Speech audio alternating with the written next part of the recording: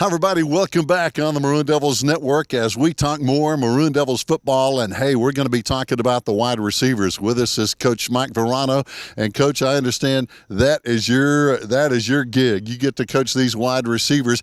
Tell us a little bit, Coach, before we get into our receiver situation, what your background is. Where did you play some football? What was your resume coming into Swain County? Right. I'm from Harnett County, which apparently I've been told from the people here in Swain County when I tell them where I'm from, they say, "Oh, you're from down east," which is not quite east to me, but it's east of here for sure. Right. So Harnett County is south of Wake County, which is Raleigh, about an hour south of Raleigh in a town called Sanford. Okay. That's where I'm from. That's where I started teaching, started coaching, started as a volunteer, and decided to change careers and get into education because coaching was it for me. And coaching wise, I actually have in football. I have a middle school coaching background. Okay. This is my first time coaching high school. I've coached baseball at the high school level, right. Which baseball is my deeper background, but I still have that love for football, and I'm happy to be a part of it, especially here at Swain County. Yeah. It's been great so far, getting up to speed, and I'm enjoying it. Yeah. I'm enjoying it. Talking about speed, I know coaching wide receivers, that's a big part of it. Tell us about maybe how the speed might be different from Sanford, North Carolina, for example, up here in the mountains. I know when we go to the state playoffs, we run into speed game after game sometimes. So speed is a big key in your coaching situation, isn't it? Absolutely, yeah. Here in the mountains, it's definitely a different feel from the central part of the state where I'm from, as far as that goes. But there's a toughness level that goes along with it too. You got to be really physical, especially at the wide receiver position. We're definitely not a pass first team like some of the teams that I'm accustomed to being around from the central part of the state, especially Raleigh area. But we've got the speed. We harp big on footwork. Right. Footwork is a big thing for us that we work on about every day.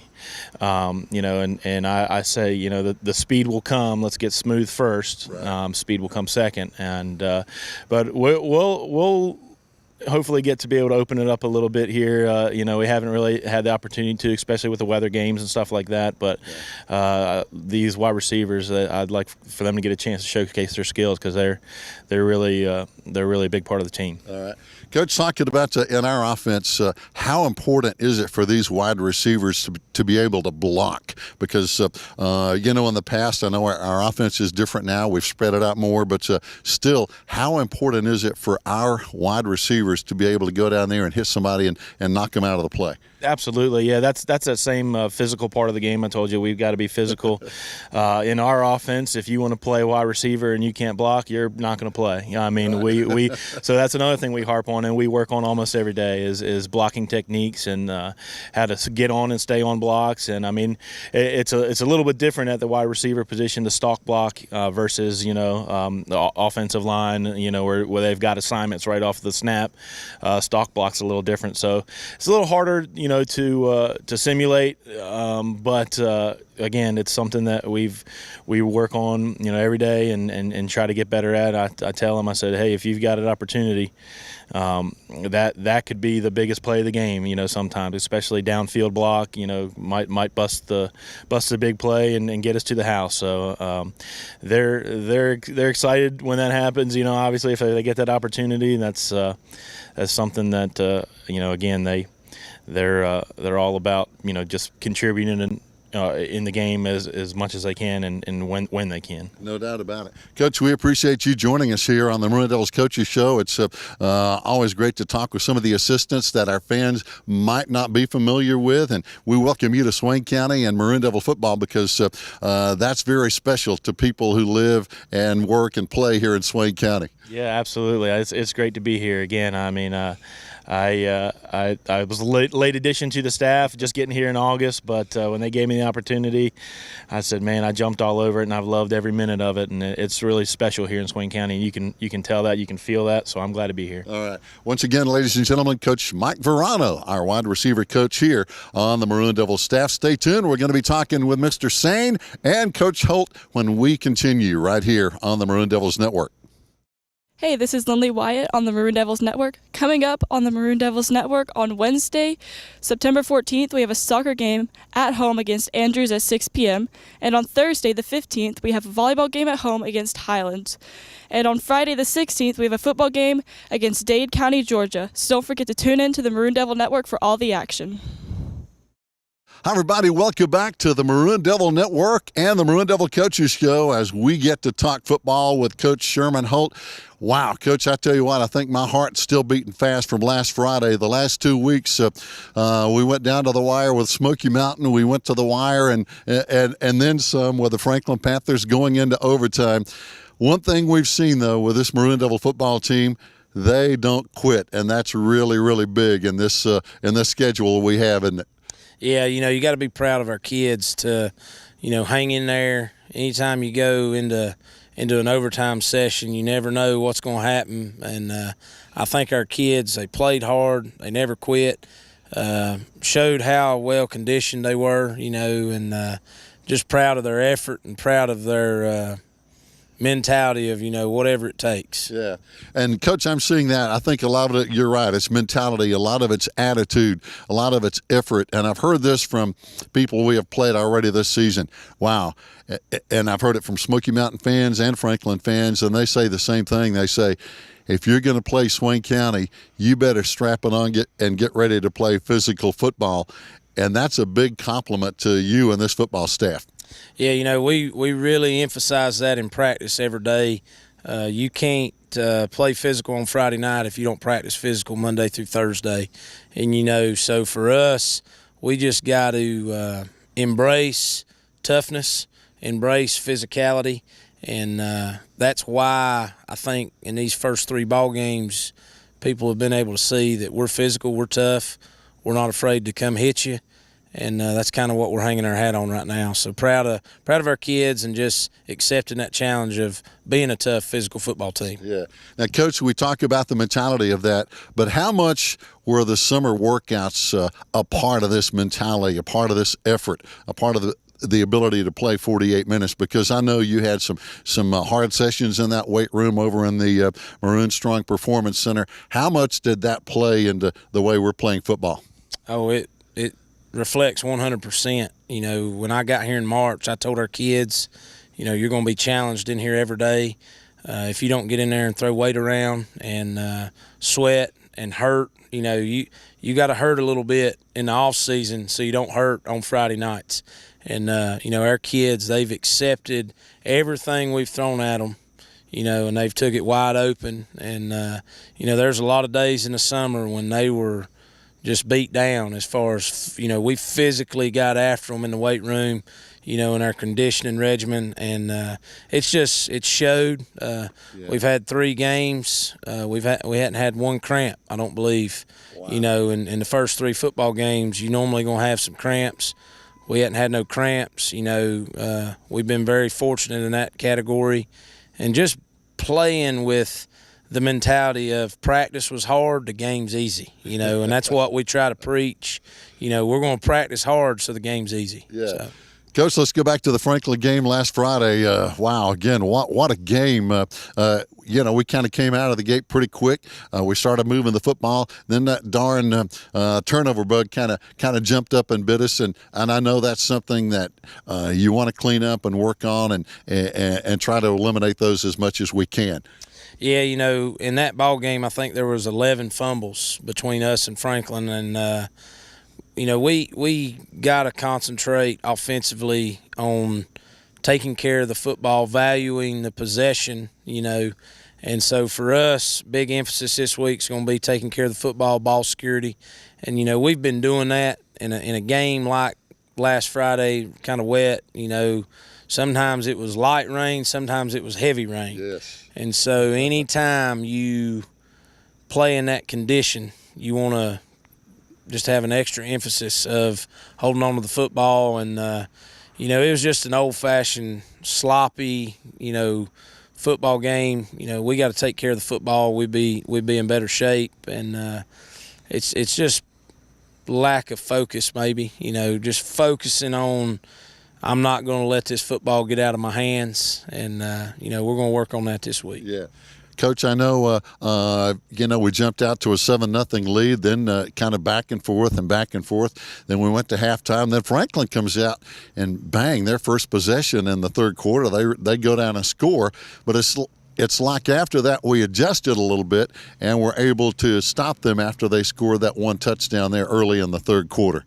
Yeah, they come out, we kind of had them pegged in the first half, and they switched one little thing up where they split the fullback to the other side, put the tight end weak, and we realized that first possession, and then we started, adjusting our defense to adjust for their adjustment. And you got to be happy for our defense. I think we give up 88 yards on the ground. 47 of them was in one play. Yeah. On that big busted play on their sideline. So for our kids to hold them to 88 yards on the ground, that's pretty good defensive effort.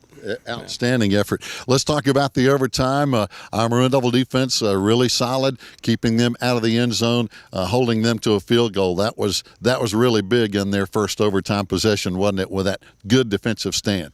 Yeah, when we went into overtime, I challenged our defense. I said, make them kick a field goal. I said, because if they kick a field goal, we're going to win this football game. And, they accepted the challenge. I think might have give up 1 yard in overtime segment in 3 plays. And then, they kicked the field goal. And when they kicked the field goal, our whole team knew that we were going to win that football game because we knew offensively we had a good plan. And, they had kind of struggled a little bit in our option game. All night long. Reese done a real good job reading it, and they had kind of concentrated on taking away the inside veer play that we run. And so when we called that play there at the end, I knew Reese probably wasn't going to hand it off. He's just got that it factor, and he made a good read and made a good run. And our kids just are believing in what we're trying to do and what we're trying to hang our hat on here at Swain County. Yeah. What was the feeling after that win? I know, again, right down to the wire, I'm Maroon Devil fans. Wow. I mean, excitement is putting it mildly the way we're playing football right now, but a good win in overtime. And we had a full house over there of fans again. And these kids had to feel really, really good with that effort that paid off. Yeah, anytime you win, you're excited for your kids, but anytime you win in a tough environment, tough situation, going into overtime, I would say typically the home team's favored in an overtime contest. And so just to win in overtime on the road against a good Franklin football team is, again, just adding to the notches in our belt as far as how we're getting tested every week. Anytime you can get a game like that and you come out on the winning side, it's important and kind of get your confidence a little bit.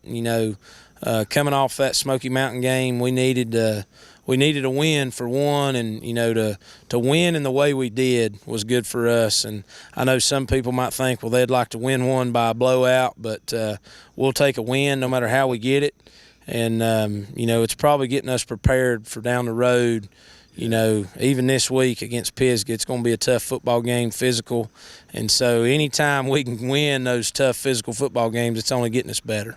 Talking about those Pisgah Bears, we get to lock horns with our old buddy Brett Chappell. Of course, Brett has always been that way. I think that's his MO, his mindset. He's always been a physical football player, going back to high school and college, and now as a coach at Pisgah. Anybody that's ever played them and you've played those Pisgah Bears, you know that they're going to play physical football. I know this year they've had some changes in their skill positions.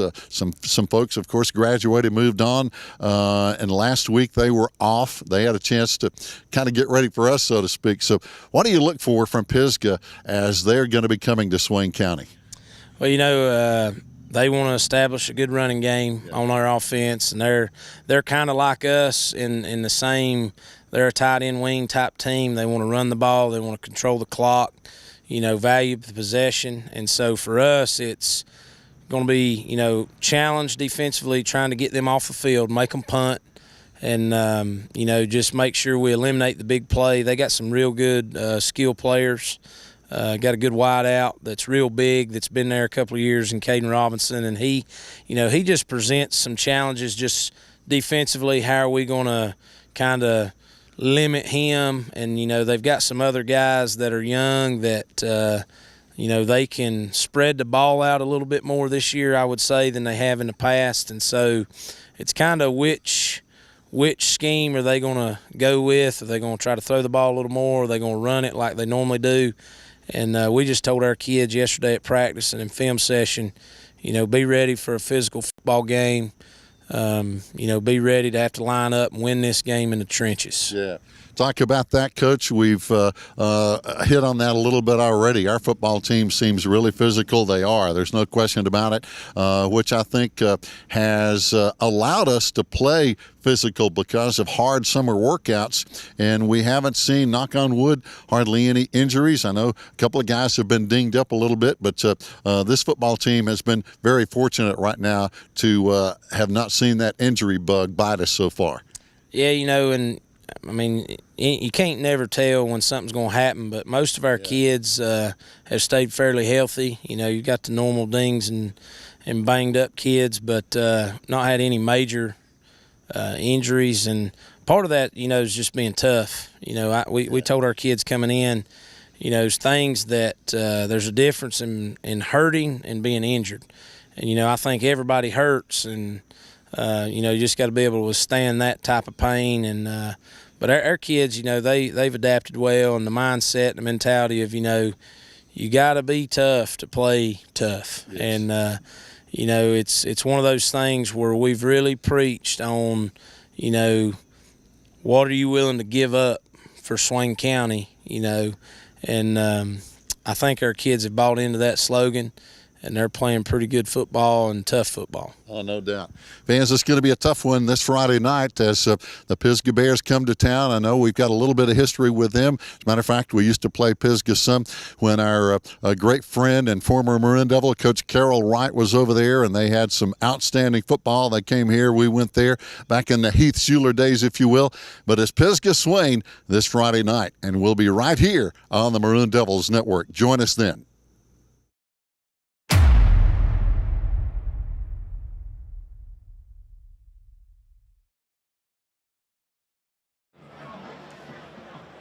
Live from Swain County Memorial Stadium in Boyce Dietz Field here on the campus of Swain County High School. This is Maroon Devil football on a cloudy but great Friday night. The Pisgah Bears from Canton, North Carolina and Haywood County are here in town, and we're ready for a good old-fashioned knockdown, drag-out, physical kind of football matchup. Hi, everybody. Gary Ayers along with my man Cody White joining me here tonight on the broadcast. And, Cody, I tell you what, you know how Pisgah plays. We know how Swain County plays.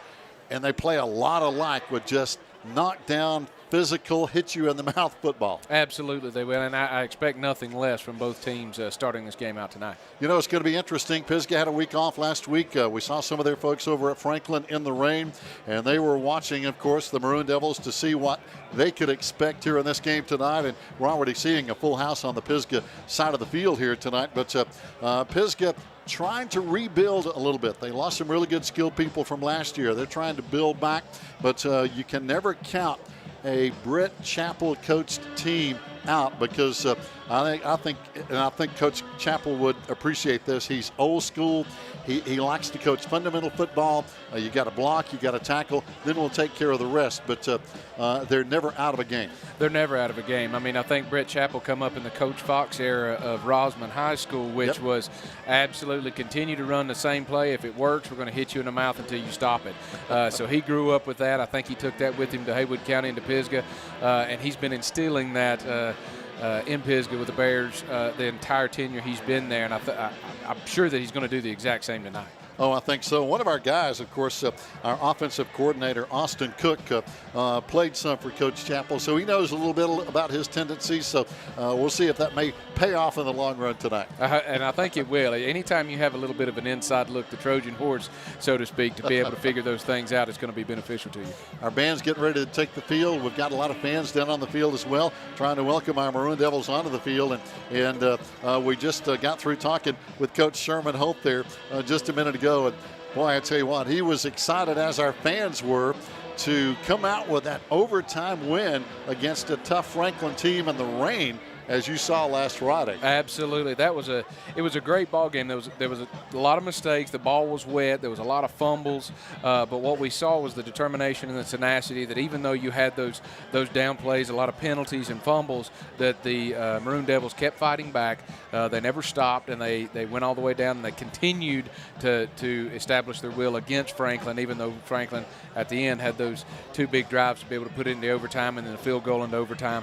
But then all we had was one play, and that's all we needed to be able to put the game away. Oh, you said it, and that's a team that has coached well too. We know the Brooks brothers, Josh and Jay, and of course we got an old buddy over there, Eric Stevenson. They have a great staff, and that's another team. Just like most of the teams in this Mountain 7. You know, we've already played Smoky Mountain. We're playing Pisgah tonight. We've already played Franklin. So we're playing about half of that conference here in the early season schedule. But I think it makes us a better team because those are good teams. They are good teams. And what this has been able to do is you know, the Maroon Devils aren't just a game you have to play anymore. That you're going to have to prepare for us, you're going to have to deal with us, and we're constantly going to be fighting and going to be in your face.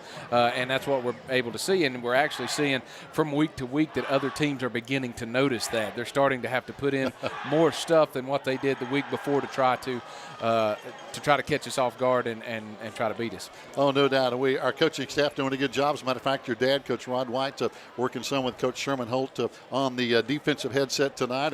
And I think, I know there's no thinking about it. Coach Sherman Holt appreciates that because your dad has so much experience with that wolf front with a 3-4 or the 4-3 defense, and that helps make our Coach Holt, I think, a better coach.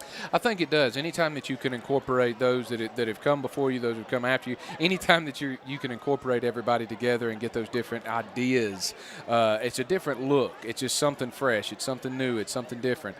And if you can change that collectively and effectively week to week, then you can do exactly what other teams are doing, and you can catch people off guard. Oh, no doubt about it. Good point there, Cody. As we're looking out, we're seeing some clouds, but we're not expecting any rain tonight. If you believe the forecast, rain is not supposed to arrive until way up 1 or 2 o'clock in the morning, and then tomorrow looks a little bit wet. We were talking with the folks here who are going to be working the youth league games tomorrow. They may have to deal with some rain because they start pretty early. But hopefully our field is going to be dry, and we won't have to deal with rain like we did last week. Absolutely. That was a lot of rain. It was a lot of rain last week. And with that offense like we're running, there was a lot of movement, a lot of ball handling. Rain is never a good thing, but we were able to overcome it. But tonight that shouldn't be as big a deal as it was last week. You're right. Coach Holt, of course, concerned about one thing that the rain, I think, affected last week, and that's our turnovers. Coming into this game tonight, we're, of course, 2-1. We've had 9 fumbles. We've lost 6 of those, and I know he's talked about that and worked with his team, and he is very, I think, very determined to try to cut those turnovers down to a minimum. And you're going to have to. There's no way that you can turn the ball over and continue to win ball games, especially turning it over and losing the ball. Every now and again, you know, something happens, but you got to be able to be prepared, have kids around it to be able to get onto the football and keep possession of it. But having 9 and losing 6, it's very hard to win ball games like that. As we look down at our audience, we're seeing a lot of Tuscola fans show up tonight. So it's interesting that Tuscola, who is off tonight, and their schedule is coming over tonight to watch these Pisgah Bears because, wow, when you get Pisgah and Tuscola together, that's just a plain old-fashioned fist fight. Yeah, and that's what they're doing. They're going to try to get every opportunity they can to watch these guys so that they can prepare for the big bash that comes up in a couple of weeks. Oh, no doubt. Fans, stay tuned. We're going to take a break and recognize our sponsors, and we'll be back in just a minute right here on the Maroon Devils Network.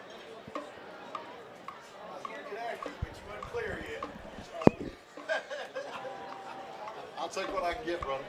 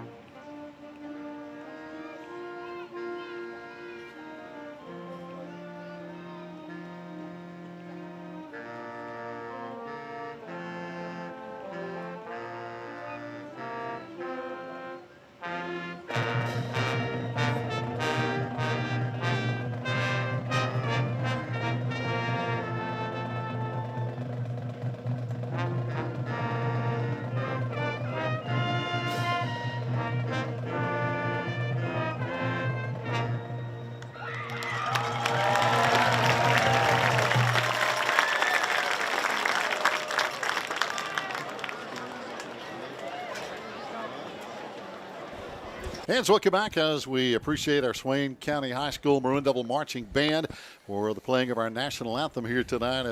As we look out on this crowd, Cody White, we are seeing a full house again here at Swain County High School. Absolutely, and they're still filing in. So hurry up and find your places to see, get your nachos, your drinks, and get ready for some football. Hey, no doubt about it. We're going to be talking about three guys who have really been key in our offense tonight.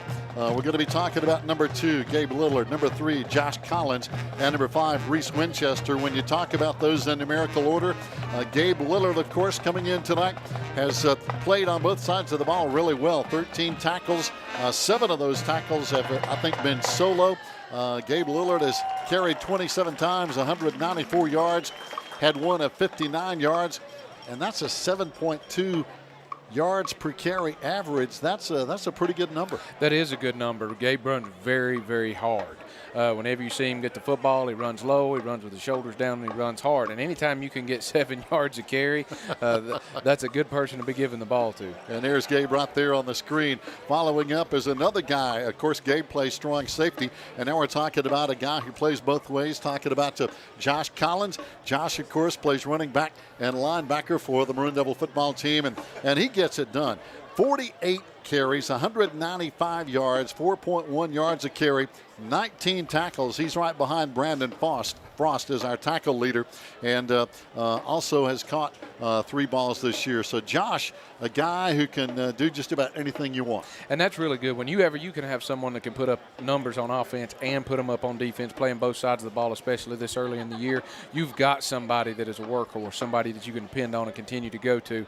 His dad was the same way. Yeah. So he was one that you could do that with, and so that's good. I'm glad to see those numbers for Josh, and if he'll stay healthy and keep playing, he's going to be somebody that can continue to put up those numbers throughout the rest of the year. Oh, these two guys have been outstanding. Then, of course, the guy who pulls the trigger, our quarterback, Reese Winchester, another outstanding athlete who plays both ways. He's our quarterback and also our free safety on the season. He is really doing a good job throwing the football. He's 11 of 22, 140 yards, averaging about 13 yards per pass, which is a good passing average, and he's also carried 35 times for 132 yards. So, and we saw him make that big 10-yard run last week in overtime to win that game against Franklin. And that really helps this kind of offense with what we're doing, because we have both the ability to give the ball to the 2 running backs that we talked about before, but then you also have the threat of Reese keeping the ball and running it himself. And, watching him last week run over a guy in the end zone, him 115 pounds soaking wet, just shows the grit and determination that he has to be able to get into the end zone. And even though he's not a senior this year, he's still becoming part of the leadership of this program and this team, and he's leading by example for sure. He really is. And one thing we talked about, Cody, is his ability to see the field. And, of course, he plays point guard in basketball. And as you know from playing basketball, when you're playing the point guard, you've got to be able to see the entire court. And I think that really is a plus for Reese, because he sees the whole field and he knows what to do, which angle to take, and when to pull the trigger. I think that's one of his greatest assets is his vision. His court vision in basketball is something I've never seen before. I mean, he can absolutely see where everybody's going to be on the court, and he's been able to establish that here. He's working on it. He's transferring it to the football side of things as being the quarterback, but he's been able to do it effectively, and I think it's only going to get better. You know, and you're a guy who's done this. We were talking about people like Gabe and Josh and Reese who play on the defensive and offensive side of football.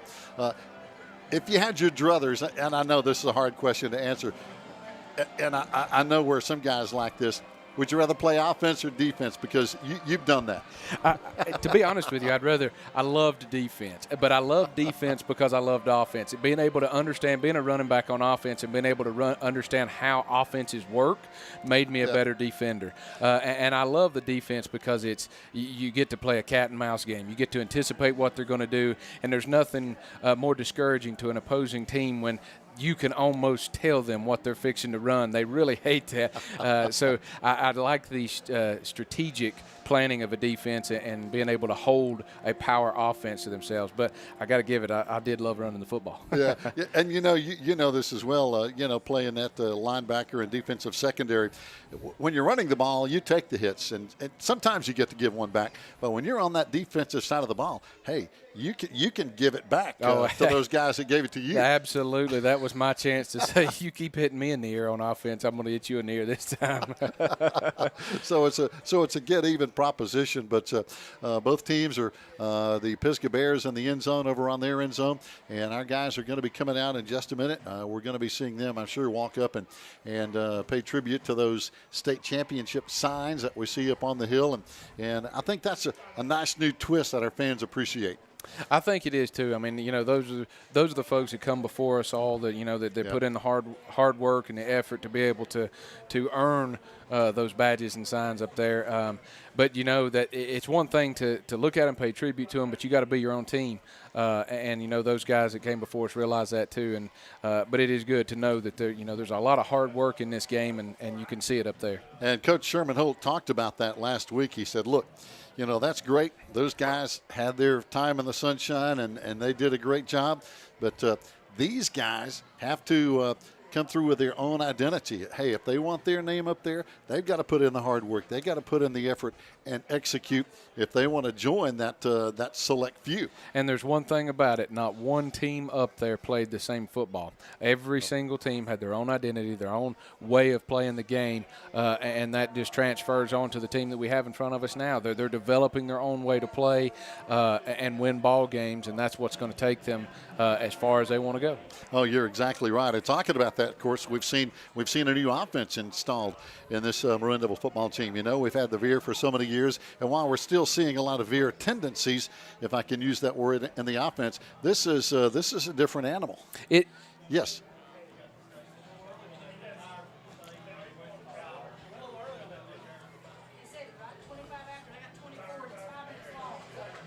Oh, okay.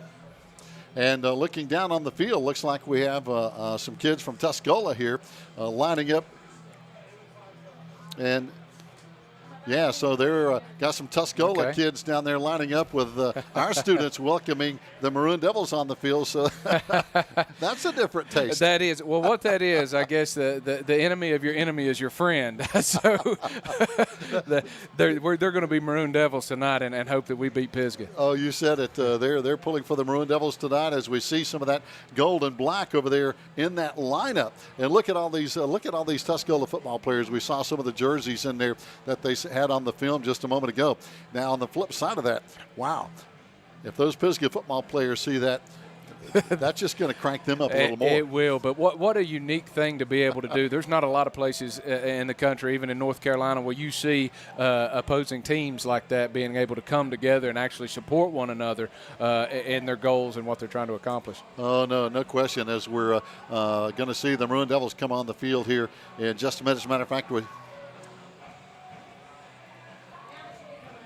seeing some of the guys come out of the locker room now. Some of the coaches and some of the players should be coming out in just a moment as we see a lot of the band members lining up the field. You're seeing them on screen.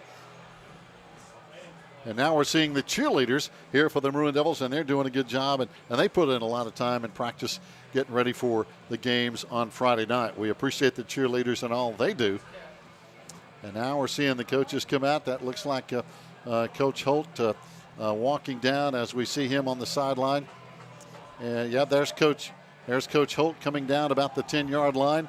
And our coaching staff, again, a lot of new faces. Coach Holt, Austin Cook, Rance Creech, Sean McCarthy, Travis Stevenson, Eddie West. He's an old Tuscola guy. Yep. Kevin Jones, Michael Watson, of course, a Maroon Devil, Mike Verano. But we were talking about Tuscola. I forgot about Eddie West.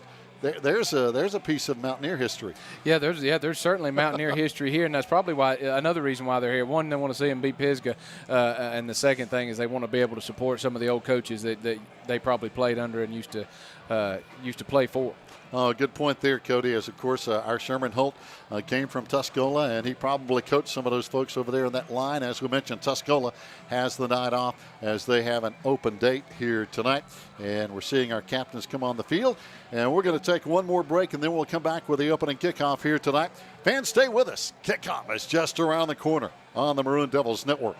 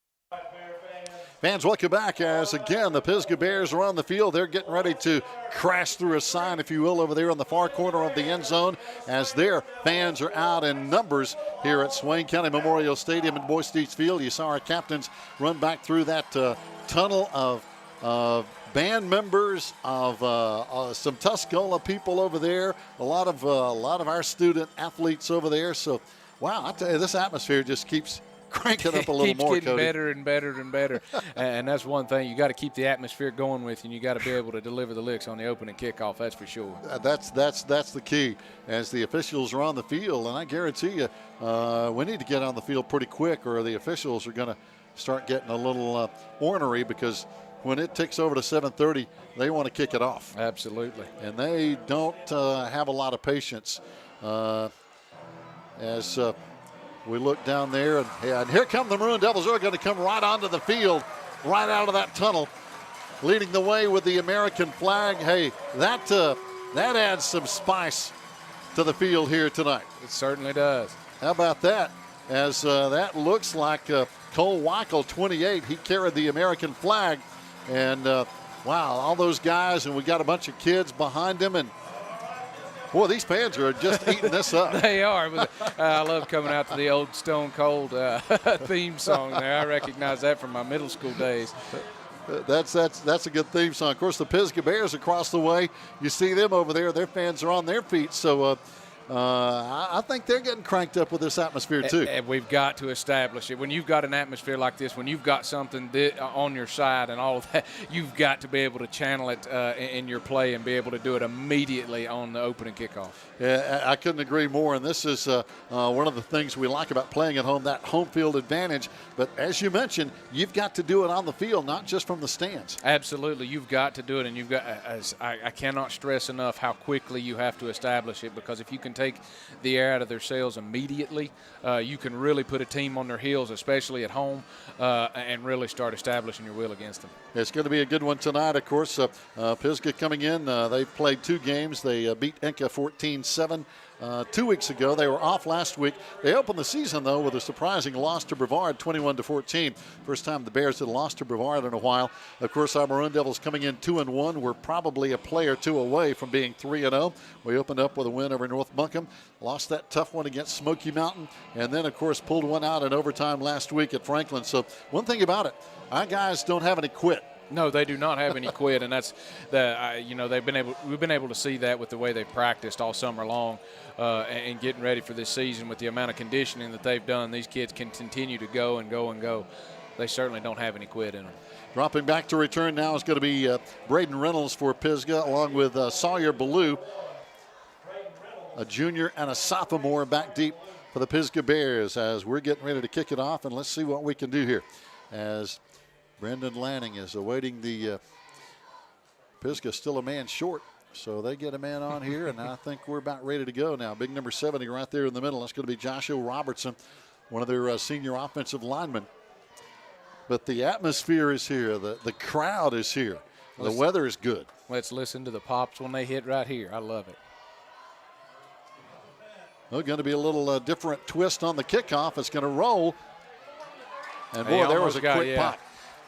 That was, and that was different there, but that was really good. We used to call that the hat trick, and trying to find a weakness where they don't have somebody at and try to drop the ball down right there, because as people may know from home, if you recover that as a kickoff, you can't advance the ball, but you get the ball right there. So that was a good shot and a good play to open the game with by Coach Hope. That was Jake Lowery on the short return for the Pisgah Bears on that little hat trick, dumping a little kick right there at the 31-yard line. And now the Maroon Devil defense, which I think has been outstanding this season, we'll see if we can shut down a Pisgah Bear offense coming out. Of course, most people operate in the gun. They got twins stacked on each side.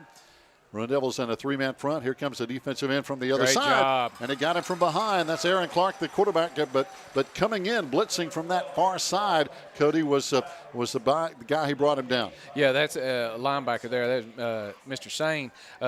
That's what you're able to do. It looks like they opened up with a three-man front, the Wolf defense, and that's what linebackers are able to do when they're running shotgun, is they're able to see where those guards leave from, and then you basically just follow the guard, and you're going to run right into the football, and that's what he was able to do there. Blake Sane, a senior, calls the defensive signals, and he's right kind of in the middle. Now he's going to float over to the right side just behind that right defensive end. Let's see what he comes, and he's going to come again. The ball is loose in the backfield. Quarterback falls on it as Pisgah, avoids a huge potential turnover. What you saw there is a result of pressure. The center's trying to snap the ball and get his head up, and he's trying to do it two things at once and do it too fast, and he never got the ball up off the ground. He just rolled it back to the quarterback. Wow, so now it's going to bring up a third down and a long way to go. We're looking at third down and about 13 yards as the Bears have to go out to the 41-yard line, and they're setting up now at the 18.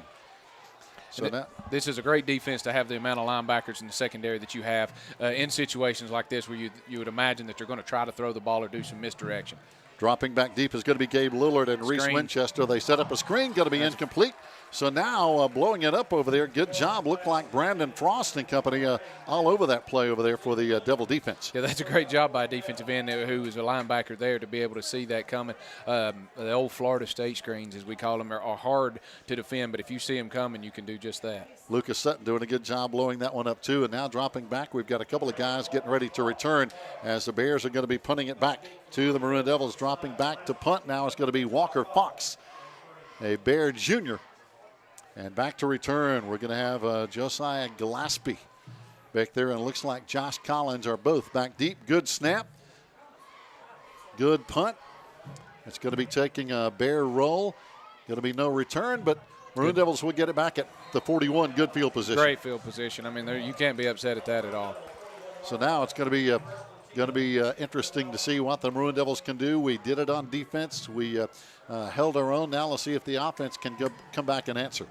If you can take the momentum you had on defense and be able to transfer it quickly into offense and get some big plays right here, you can really put a damper on any hopes that they had. Oh, you said it. I want to give a shout out to a buddy of mine who's listening in over in Clyde, and that's Todd Lawing. I understand Todd's over there with a bunch of teenagers, and they're watching and listening to the game. So Todd, you and your basement full of teenagers, we hope you're tuned in and loving the game so far as the Maroon Devils stay on the ground for about 5 yards on first down.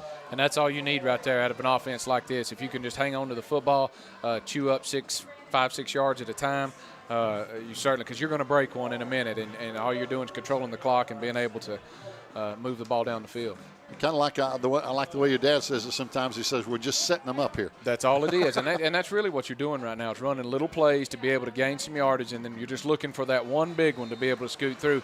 And if you saw right there, if he don't get tripped up, the only man left is a free safety. So we're going to continue to pick at him, and then we're going to find that hole in just a minute. Gabe Lillard, good run. It's going to bring up, yeah, they're going to call that a first down. So a couple of 5-yard gains. The sticks move. First down at the 49 for the Maroon Devils. So now 9.5 to play here in the first quarter. No score yet. Bears had to punt out on their first offensive series. Now the first down of the game is in the books for the Maroon Devils as we stack a wing over on the right side. And it's going to be a handoff to Collins as he runs to the right side over behind that wing, but the Bears stop this one. And that was just simply a missed block assignment. I mean, it's going to be there when they get it all together. Those are going to be big gains throughout the night. They just have to make a few adjustments. That was Nick Browning over there on the tackle for the Pisgah Bears. Of course, a good bunch of coaches over there on the sideline as well. We know head coach Brett Chappell well, joined by Barry Lance, Ben Rodomer, Bentley Rogers, Charlie Metcalf, Jacob Hanna, Jacob Morgan, Jeremy Cagle, Jody Mathis, and Tony Francis. The Pisgah Bear coaching staff. Good bunch of guys. 2nd and 9, Maroon Devils. Reese back to throw. Firing left side. Timing pattern up for grabs. And it's going to be picked off. Yep, going to be picked off by Sawyer Ballou. It was a jump ball, Cody, and unfortunately for the Maroon Devils, he had the inside edge. He did. I mean, it was a timing pattern. It was a great throw, great defense. There's nothing you can take away from that. And if you're going to try something like that to try to get down the field, you do it right now. You do it in the first quarter. You've been able to establish your will on offense. So give it a shot, see what you can do, and I'm sure we'll button it down. But again, it's just trying to see what everyone's doing and just trying to see if the corner was asleep on that play. That's it. And it's almost like a punt in a way because now it pins the Bears back at the 16-yard line. Right. It's just as good. That's it.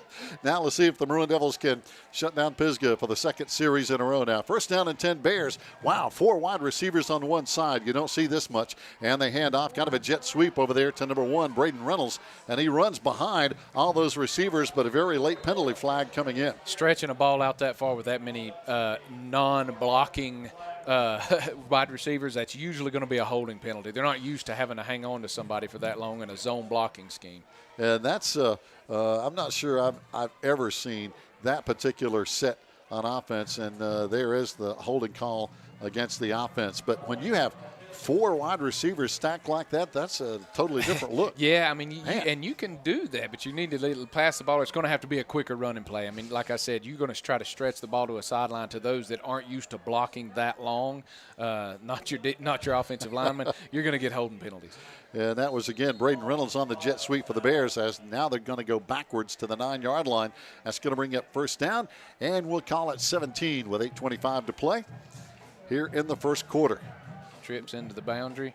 Yeah, different set. They're really throwing out a lot of different looks. Got a man in motion over there behind him, and they swing it over there. Great job. Kind of a wide receiver screen. Reynolds dodges a tackle, but is going to be knocked down over there. Looked like by looks like, I think, couldn't tell if that was. No, that was 81, Bogdanovich. Looks like we've got another holding call. I would imagine that's what it did. Again, it's right on the sidelines or blocking the back. You're right. Again, those are great plays, but if you don't have disciplined wide receivers to be able to hold blocks without committing a penalty, they're very hard to pull off. You just needs to be quick and allow your back to be able to get upfield. That's get in their way. Yeah. That's all you can do. That wide receiver screen over there, and they have the blockers out there, and again got it to Braden Reynolds, number 1, but. So they're going to decline it. That's going to bring up, that should be, wow, that says second down over there, but should be third down. That's what I was thinking. But a long way to go for the Bears now. One man wide, everybody else in tight. Fullback trap. Just going to run it right up the gut, and he's got a lot of yards out across the 25-yard line. We were talking about 45, Hudson Smith, their big fullback, and he carries close to a first down at the 25. And that's some old school Rosman stuff right there. Rosman, Murphy, a lot of those teams, when they get 3rd and long, they run a fullback trap. That's what they do. I wish they would.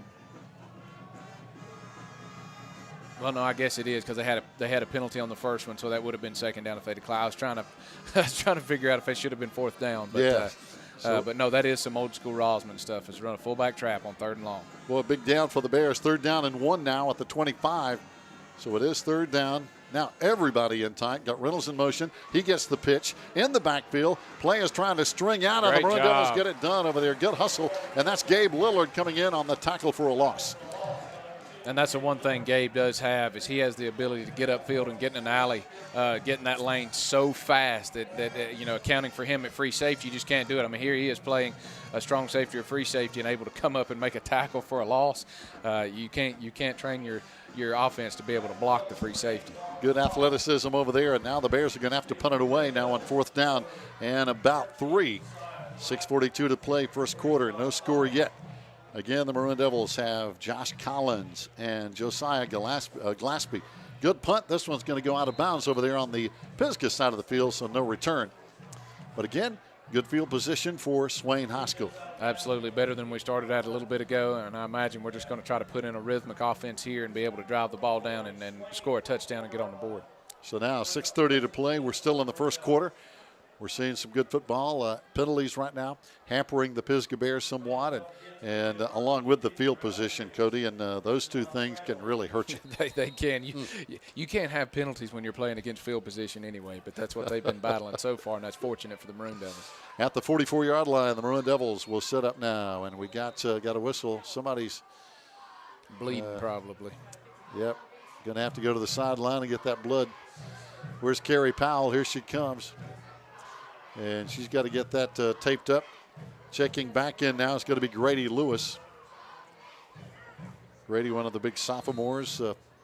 He plays defense, but he's going to have to come in a couple of plays for offense while they get that blood covered up. Going in motion is going to be Austin Jenkins. And here comes Reese with the option. And he runs out to the 50-yard line, gain of 6.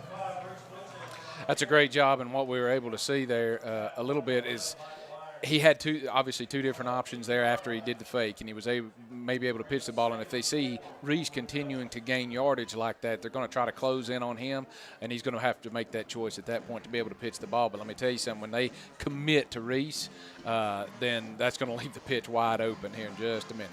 So now coming wide left going to be Austin again. Same set basically. Pisgah with a 4-man front right now. 4 down linemen on defense. Reese again the option. Here's Josh Collins into the secondary for a first down at the 45-yard line.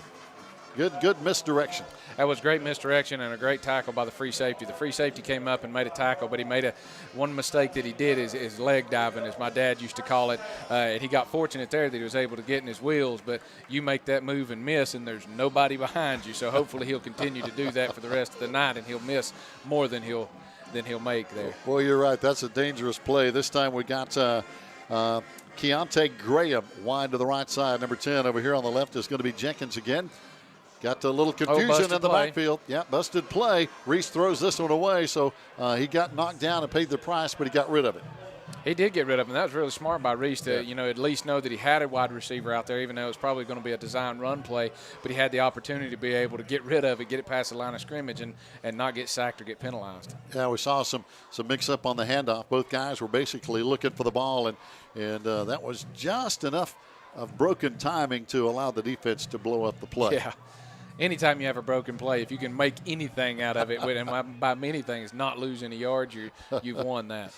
So now, 2nd down and 10 at the 45-yard line. Got a man in motion over here. It's going to be Gillespie setting up on the left side. And they're going to run Gillespie on that handoff, but he only got a yard. So Pisgah, pretty good job up there with Hudson Smith, the linebacker, coming up on the hit. If we can able to get him, he's coming from the backside. If we can block that, we saw that play work very well last week versus Franklin. There was a couple of times that Gillespie was just almost able to break that, and I assume we'll continue to try to run that this week as well.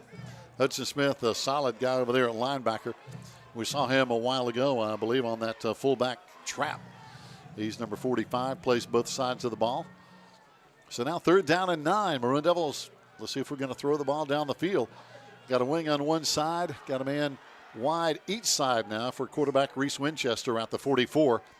He's going to run the quarterback draw play, but can't find any daylight and is going to go down for basically no gain. So now 4th down and probably a punting situation here. And that might have been a little bit busted, too. I think that he just got a little bit ahead of his pulling guard and tackle there. You know, that's just one of those timing plays that you have to get just right. But it's certainly a one to run on 3rd down. So now dropping back is going to be Jake Lowry, number 4, a sophomore. Back deep to return for the Bears. As our Maroon Devils will be punting the ball away. We're seeing a lot of defense here in the first quarter. 4 minutes to play, no score. Only a couple of first downs. Pretty good rush coming in from Pisgah. Good punt. As we get the ball away, doing a good job. That's Josh Collins, and it's going to roll into the end zone, though. We tried to stop it down inside the 5, couldn't get there. It's sometimes when you hit a great punt like that, they don't stop when you need them to. So the Pisgah Bears had a good roll. We're going to take a timeout. Fans, stay with us. We'll be back with more Maroon Devil football here on the Maroon Devils Network.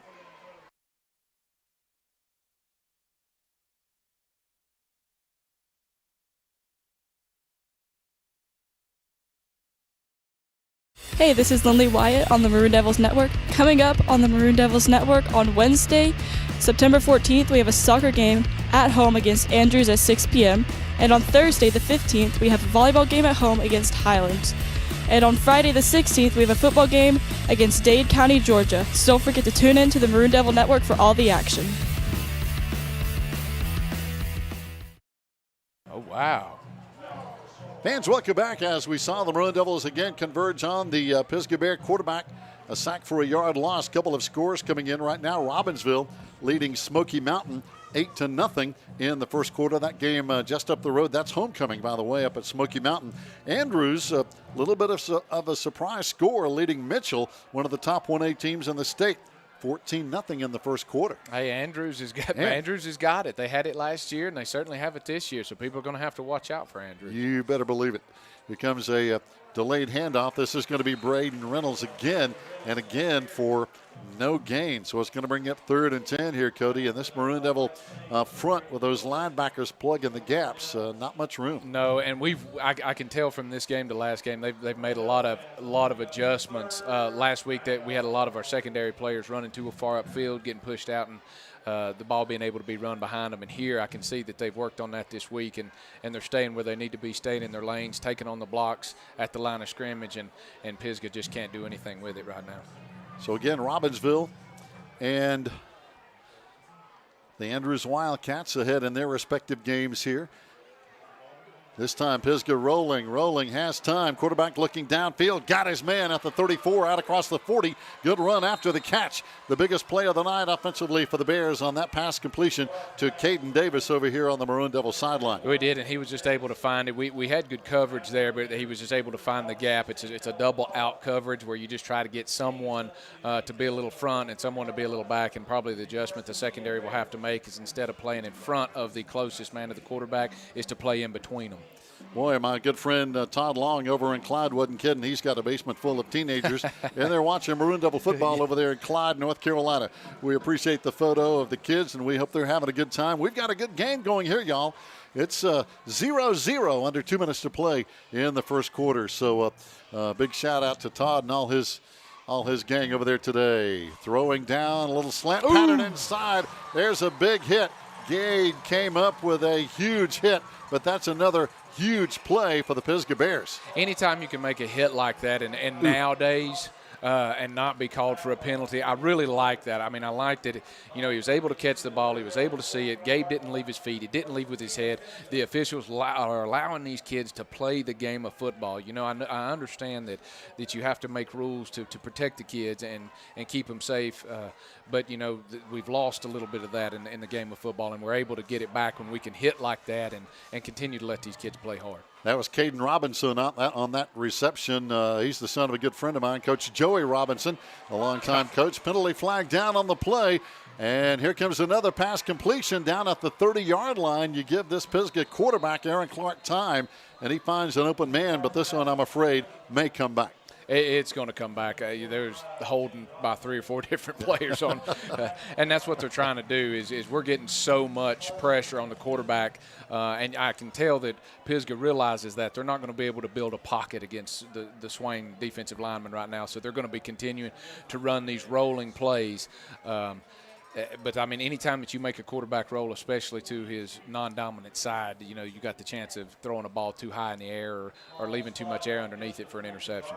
And again, we're seeing Aaron Clark. He likes to roll left and roll right, and that's great because it gives him time. But unfortunately, that means somebody's going to have to hold that block, hopefully legally, if you're a Bear fan. Yeah, legally. But it is hard on the defenders, too. And Robbinsville, years back, used to have to do that. And that's hard to continue to defend for that long. Here comes Clark again, throwing for the sideline. This one is going to be caught. That's Robinson again, right in front of the Bear bench. It's going to be inbounds at the 47-yard line. Another big gain with under a minute to play, but it's going to bring up second down and about 3.5 to almost 4 yards. And you can't take anything away from the quarterback and the wide receiver there. I mean, he threw that ball where the only person that could catch it was his wide receiver. It was a great job defending that ball by Glaspie over there on the other side. It was just a great thrown ball. And Caden Robinson, a good target. He's 6'3", so he gives you a good target to throw to.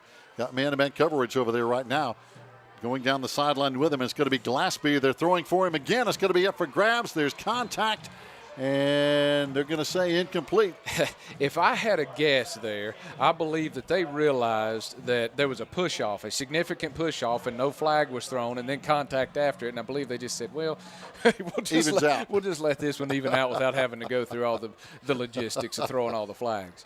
Probably a good call. So contact on both sides. Third down now. The Bears need about 14 with 47 seconds to play before the end of the first quarter. But, man, we're seeing all kind of air raids right now by the Pisgah passing game. And it's an interesting offense. They used to run it, but I haven't seen them run it in a long time, but they're going to continue to do so. Here they go. Going to try to run a wide receiver screen, but, boy, this one blows up. Braden Reynolds made a mistake. He ran back across the field when he caught the ball, and he ran right into Bogdanovich and Braden Frost. And nothing against the kid, but I tell you what, if you're going to run back against the grain, you better have more lead in your pencil than he's got, because that is not a good thing to do, to run back, because all the linebackers and all the defensive linemen are running towards you. So if you're going to do that, you better be able to hang on.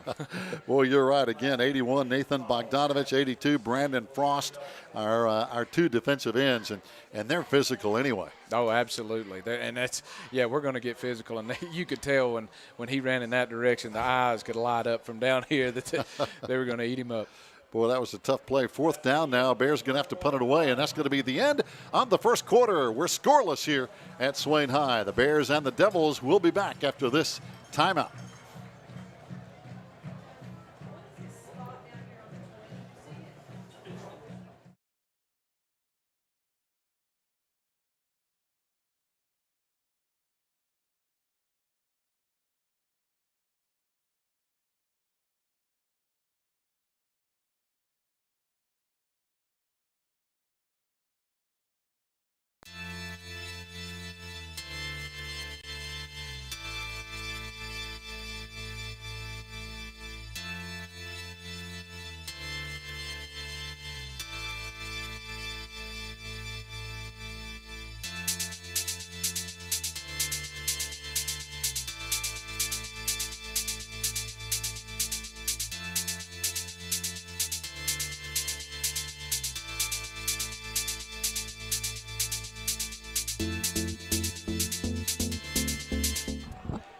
Fans, welcome back to the Bears in punt formation as we have one quarter in the books here. Here comes a big rush, and now we're going to have a penalty flag. I think either somebody moved or we jumped early offside.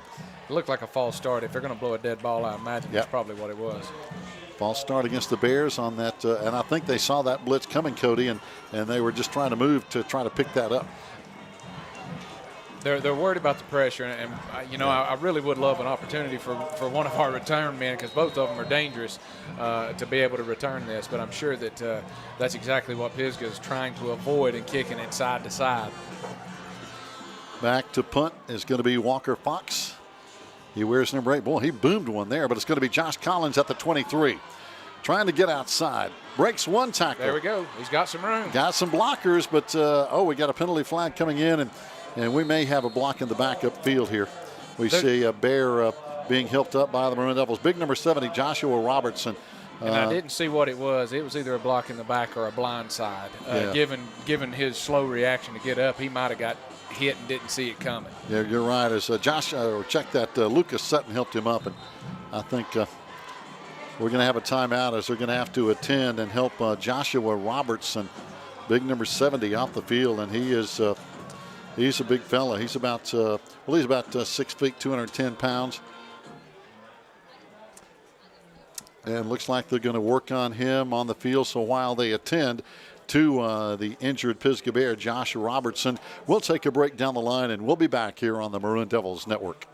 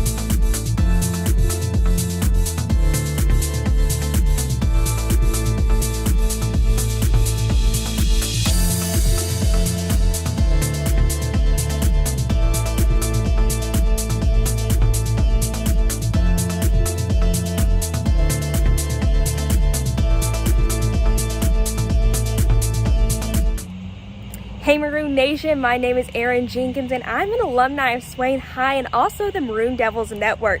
The network you're watching right now helped me chase my dreams and get my start in broadcast journalism. From weekly interviews with Coach B to hosting game day specials and even getting to sit down with some of Swain High's greatest football legends. History of the Maroon Machine.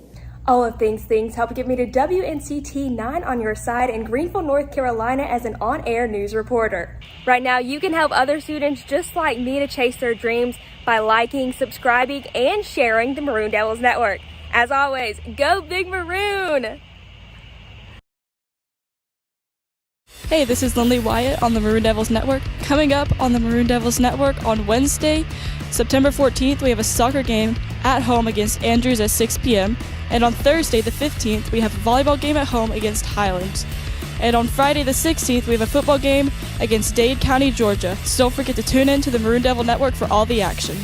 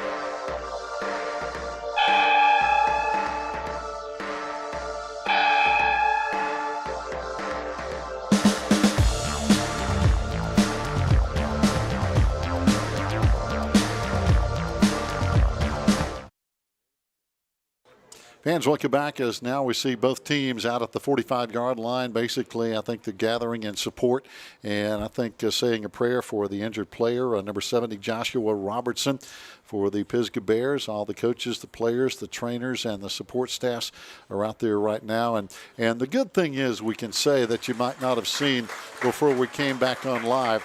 They strapped Josh Robertson down on the support board, but he raised his right arm and gave everybody a thumbs up, which is a very good sign, as now they're taking him off just to be sure and try to check for any further damage, Cody. And you know this as a former player, you got to err on the side of safety, but he looked like he was okay from what we can see. Yeah, and this is a scary sport. This is a collision sport. This is one thing. Every single player out there has the potential of getting hurt and getting hurt badly. And you hate to see that with a young man, but hopefully this is primarily precautionary. Yes. But that's a great job. That's the way you should do it. We prayers for that young man and his family, and hopefully that they'll be able to get him there, check him out, and everything will be okay.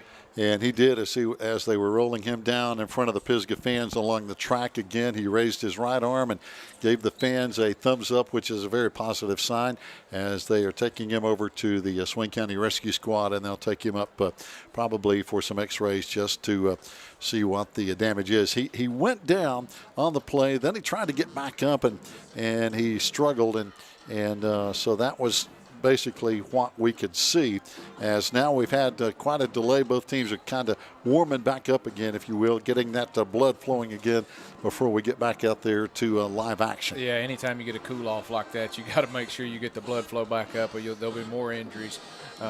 So that's good that they're going ahead and doing that, and that the officials obviously are going to allow them some time to be able to do that. And one thing that I've been impressed with so far in the early season is haven't seen too many cramps, Cody. And as you know, we've seen some really warm weather, some humid weather. We played in the rain last week at Franklin, but not a whole lot of cramping that we've seen.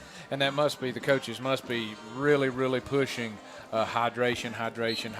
That's how you're going to avoid cramping.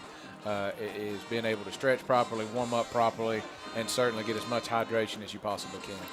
So now, again, the teams are warming up, and if you're just tuning in, Joshua Robertson has been taken off. We really have a positive feeling that his injuries are going to be minor. He raised his right arm and gave a thumbs up to the crowd and to his Pisgah fans over on the sideline. So we hope he's going to be he might not come back and play tonight, but we hope he's going to be ready to go next Friday for these Pisgah Bears. And he's a big kid, big player. He is a big kid, big player, and that's certainly what we hope for. We hope that he gets healthy and that he doesn't come back too soon, but he gets, you always want to remain healthy, but for a speedy recovery, that's certainly what we hope for.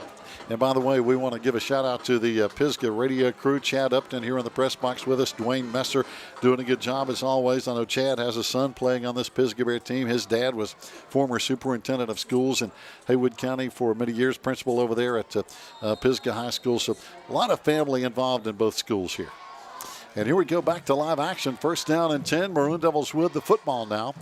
After that punt, the injury was actually the result of punt coverage as the handoff goes to Josh Collins. And what I like to see there was we were actually under center. It's the first time, one of the first times I've seen us under center for a snap. Now, what that is allowing us to do is if we need to be able to get on them quicker and be able to run the ball a little bit faster without so much delay, being under center allows us to do that. So let's see if we stay under center here or we just kind of keep switching it up.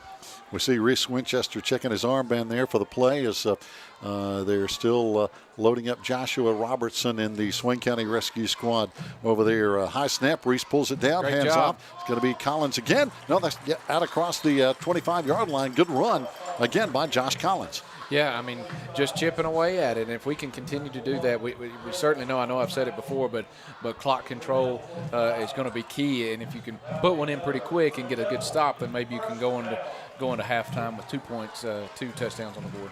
So now the Maroon Devils with a first down and 10. No score on the scoreboard yet, as both teams have had their center again. Yep, under center. We haven't seen that a lot this year at all. And coming straight ahead, right That's through the what it A-gap, allows it to busting it do. out. Here's Gabe to the sideline, 45. It's going to be a foot race. He's trying to outrun the secondary and finally knocking him out of bounds over there is Michael Ayers for the secondary of Pisgah, but the biggest play of the night so far. And that's what it allows you to do. It happens so much faster from under center. It looks like he run out of his shoe. I didn't realize that. I guess someone grabbed a hold of him. I've had that happen before. And good job. Just keep running. But no, that's what under center allows you to do, is be able to run so fast and hit them so fast they don't know what happened. And you're going to continue to see that. Pitch back to Josh, and he gets on the football wisely because that pitch was behind him, and he just wanted to cover that up. And that was okay. It was a great design play, and they saw that coming. It was just a little bit behind him on the pitch. And that's one thing that a pitchback has to do, is keep the pitch relationship, and he has to continue to say something.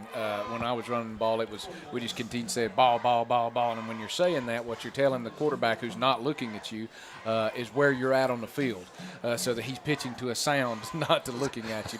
And so sometimes, as you can understand down there with everybody saying all sorts of stuff, it's hard to hear and hard to get that controlled. Oh, you said it. A lot of noise down there on the field. Second down now. The Maroon Devils need about 18. Back to throw again. It's going to be Reese Winchester. Has pressure. Oh, he's got a man open. Got drops, and now it's going to be intercepted again. Down there with his second interception of the night is going to be number 3. Sawyer Ballou picks it off. He had him open. It was a great job. Sawyer was kind of baiting him into that. If he'd have thrown it a little bit deeper, I don't think he could have been able to cover it. But he had him open. Definitely had him open. But the defender there was really able to turn on the jets and get underneath that ball. Well, he is. And Sawyer, a sophomore secondary player for the Pisgah Bears, his second pick of the night, down inside the 20-yard line as the Bears now take over with 9:37 to play in the second quarter. And no score yet, as now we see the Swain County Rescue Squad with Joshua Robertson heading up to get some tests. But again, we have a positive vibe. Again, we saw motion in his limbs, and that's always a good sign with any kind of a potential back injury. Right up the gut, here comes that fullback again across the 20-yard line for the Bears. They've switched their sets here. They're probably going to go back and forth a little bit, but they switched their sets. They've taken away some of their receivers and put more into a wingback set and gone under center themselves. Hudson Smith there on the carry again. 9:18 and counting left to play here in quarter number 2. In case you've tuned in, great one going on here. 0-0 at Swain County High School. Both teams have shown flashes of potential on offense, but so far it's been a defensive dominated first half. Here comes the handoff to the left side, cutting back inside. Big cut and a big run for a first down by Logan Free for the Bears. It's holding again. That's the only way he was able to get that. There was a big hold there on the offense that he was able to cut in behind, and so that gave him the advantage there. So now that's going to bring back up. And boy, the Pisgah Bear fans not happy with that flag. Well, as you wouldn't be. Well, yeah, when you've got that much pressure coming, I mean, we defended that well, and I was wondering kind of what happened there, and then we see exactly what it was a holding there, and he was able to grab a hold of him and twist the defender that had it nailed, and he was able to get behind him. So instead of up near a first down, it's going to move the ball back inside the, wow, this one's going all the way back inside the 15-yard line. They're going to spot it at the 13. So it's going to bring up second down now and about, looks like about 15, 16 yards to go. And we certainly need to capitalize on that, putting them that far back and stick with it and don't let them break anything big. So now Maroon Devils got a couple of safeties back deep there with Gabe Lillard and Reese Coming Winchester. this way again. And they're going to, here comes the, oh boy, this guy's into the secondary. Good run over there again by Logan Free, and he did get free and almost picks up the first down. That was a good job of vision by him. It looked like he was going to bounce it outside, and he got our players to bounce outside with him. And as soon as he did that, he set up his own block and then cut right back inside. So a good move by Free. It's going to bring up third down and a long 2 for the Bears out at the 27-yard line. 8:15, we see Michael Watson over there urging on his Maroon Devils on defense. And former Maroon Devil quarterback himself. Third down now. Bears need to get just to the 30-yard line for a first down. Full backfield. Pass is going to be complete, and that's going to be enough for a first down. And it looks like over there on the right side, looks like it was Caden Robinson again. He's been one of their go-to guys tonight. He has been, and that's they're shaking up. Yeah, Caden's going to have to go out. He's limping. Big number 25, 6'3" target. That's a big target to throw to. Yes. And he and his family, I know his dad, Coach Joey Robinson, the longtime coach in the Haywood County and Jackson County systems, and good people. Really good guys. First down and 10 now, Bears. 7:30 to play. Second quarter, no score. Bears with a new set of downs. Two backs in the backfield. They turn and hand off. And again, here he comes right up the gut for 10 more yards. This time it's going to be the fullback again, talking about 45, Hudson Smith. Both of them, both of what they're running are just quick traps. It's not what you see with a Murphy and a double trap or a wing sweep or anything. They're just quick, pulling one man and running the trap right behind him. The quarterback's IRing out, so it looks like he's going to hand off further behind him, and what he does is he actually hands the ball off before he ever even opens up. So he's trying to get their eyes in the backfield watching him and watching the other back rather than paying attention to the up front men that are actually going to tell you where the ball is going to go. If you keep your eyes on the guard, that's where the ball is going. Three-man front for the Maroon Devils as they hand off, popping it outside again. It's going to be number 2, Logan Free. But this time the Maroon Devils spread the play out over there and doing a good job. Josh Collins and company coming up from the linebacker spot. That was a great hit, a great job out there. You know, if you hit, the worst thing that can happen is to hit a player and let them get yards after the tackle. I mean, that right there where the ball is, that's where he made contact and he didn't go any further. And a good job over there as well by Austin Jenkins, one of our corners over there on that far side to limit that play to the line of scrimmage. About a yard and a half gain, second down, and almost 9 to go for the Bears now at the 45. Again, the guard is going to tell you where to go. Whichever way the guard pulls, that's where they're going to go. Here comes their quarterback. Basically ran away from the motion. They went to the right, but he comes back to the left side. And that was interesting because no guard pulled, so it's an indication that there's no trap running. And what they're trying to do with that is what, again, I use Murphy because this is their primary offense they've done for 30-plus years. And then it's designed to get your eyes in the backfield. If you are a defender and you start looking in the backfield, they're going to lose you and you're going to make a mistake. Do not look back there. Look at the front guys. Watch the guards. Whichever way the guards go, the ball's headed that way. Boy, you're right, Cody. That's the discipline, especially if you're a linebacker trying to plug those gaps. This time they fake the handoff and go the other way. And this time the Maroon Devils are there all over this play. Blake Sane and those guys really had that one smelled out. And I'm not sure what this flag was. It was back a little bit with no one really around it, unless there was a hold or something like that, but I'm not real sure. We saw him kind of get the motion one way and go the other. When I saw him throw the flag, I wasn't real sure what happened because there really wasn't nobody standing around. It must be against him. He's going to decline it probably. Yeah, it looks like a block below the waist. And it is going to be declined. Yeah. And that'll bring up fourth down. And now it looks like the Bears have elected to punt the ball away. Coming on to punt again, it's going to be Walker Fox. And I believe those block below the waist are illegal against your linebackers or anybody that's in the second, level 2. And that's probably what happened. They tried to block one of our linebackers down below the waist. So now dropping back again, Josh Collins. Also back, Josiah Gillespie. And Pisgah one man short. That was a great job of stopping that momentum. Pisgah was really building some momentum there, and it was a great job to keep fighting and stop it. We need to back up right there. We're going to be offsides. And here comes another line drive punt. Collins takes it at the 19. Got a man in front of him. Gillespie blocking. Good block. Another block. Boy, good block by Gillespie. He's leading that play all the way up the field. There goes Collins down the sideline. Almost a horse collar tackle. I think it was. I think hopefully that's what this flag was. It wasn't on the sideline. Yep. But, boy, talk about some blocking by Gillespie. He led him all the way up the sideline. I know he had 2 blocks, and he just kept running with him. And Sherman Holt out there screaming at the official. I think he wanted a horse collar tackle, but not sure he's going to get his own his way here.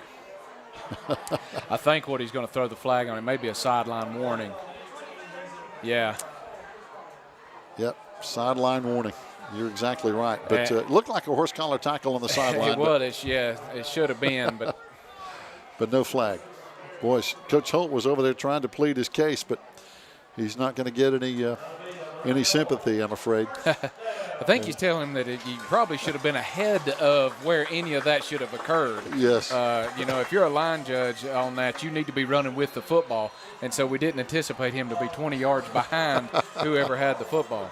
So now the Maroon Devils at the 25-yard line at Pisgah. 5 minutes to play here in the first half. Got a man in motion to the left side, and the handoff goes right up the A-gap. There's Collins inside the 20. Great job. Just hold on to the football and keep pounding it. Now it's going to be Luis Garcia, big senior, 54 on the tackle for the Bears, and they have some good size up front on the D-line. I'm so glad we were able to do that on that punt return. I knew that if we were able to get one of those guys the football with the blocking that we had set up, man, that was going to be great. And so that was a great job by Josh getting the ball back down here and putting us in a position to put one in before halftime. Oh, no doubt. Really, really good blocking down the right sideline. Handoff goes. It's going to be number 2, Gabe Lillard. And he runs into a bunch of Bears. Leading the way over there is big number 72, Dakota Sarles. And he's a big boy, 6'1", 245. Well, I tell you what, Glaspie is really doing some blocking. He was out here just right then on that one, putting a defender down. I mean, he is absolutely blocking the snot out of these kids, and that's what you need. You know, if you don't get the ball, you have another role. You have a responsibility, and 9 times out of 10, that's going to be blocking. And if you want to continue to help the program with not carry the ball, block everybody you can. That's it. And he's doing a great job of that. Really is. Now the Maroon Devils have a receiver wide each side. Misdirection handoff is going to be Collins again. And Josh has the first down inside the 15 to about the 12-yard line. First down and 10. Maroon Devils now with 3.5 minutes to play. This is the first time either team has been inside the red zone tonight. It's a great position to be in. I know I said it the other week. When you've got first and 10 inside the 15, you've got that opportunity to be able to get to the 1-yard line, 1.5, and get an extra set of downs. So hopefully we don't even have to use it. We can just put it in the end zone. Well, you're right, though. And now we're going to have a timeout. Pisgah. They want to make sure they're on the right defense here, as this obviously is a crucial drive here before halftime, Cody, as the Maroon Devils will kind of come over and talk it over with offensive coordinator Austin Cook, who's got some history, played some with Coach Brett Chappell for Pisgah. So interesting battle tonight. We'll be back, fans. Stay with us here on the Maroon Devils Network.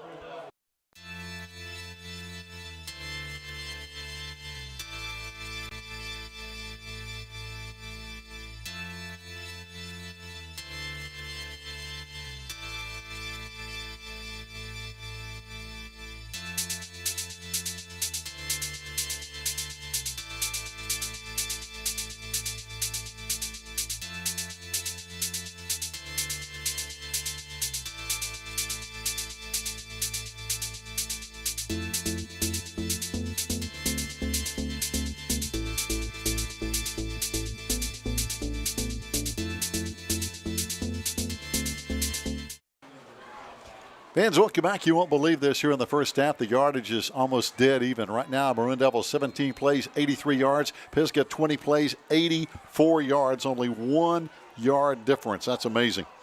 Here we go. First down and 10 now. Winchester wants to throw. End zone. Got his man. Touchdown. No, they're going to say he caught it on the top of the ground. Wow, that was close to Nathan Bogdanovich, 81. He slid. He thought he had it. The official didn't agree. That's hard for a back judge to call that. I mean, that's unless he had a great shot at it. Yeah, it almost looked like his body was blocking it. I know. I was like, I want to see the replay, but oh, man. So, but Bogdanovich down there, they say, caught it on the top of the grass. Second down and 10. Clock stopped at 3:10 to play before halftime. Well, that's a big missed opportunity there, because that's one of those plays that's designed to do exactly that, is just to be able to quickly put it in the end zone. Definitely a missed opportunity for the Maroon Devils. So now Nathan lines up tight on the right side. He's going to block this time. Reese with the option. He's going to pitch it out. It's going to be Josh, but he ran right into a bunch of Bears and had nowhere to go. They really saw that coming, I'm afraid. He did, and the corner came up and made a great play, but boy, he paid for that. Yeah, he did. He took a shot.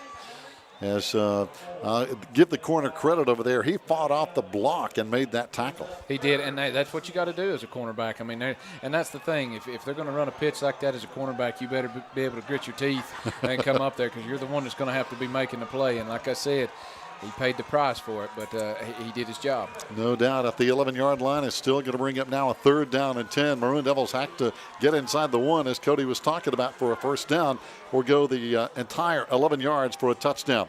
Split backs under center as the quarterback, Reese Winchester.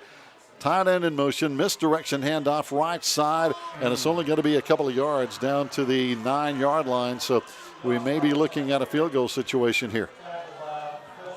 2:09 to play. It's going to bring up 4th down and 8. So ball is in pretty much the middle of the field.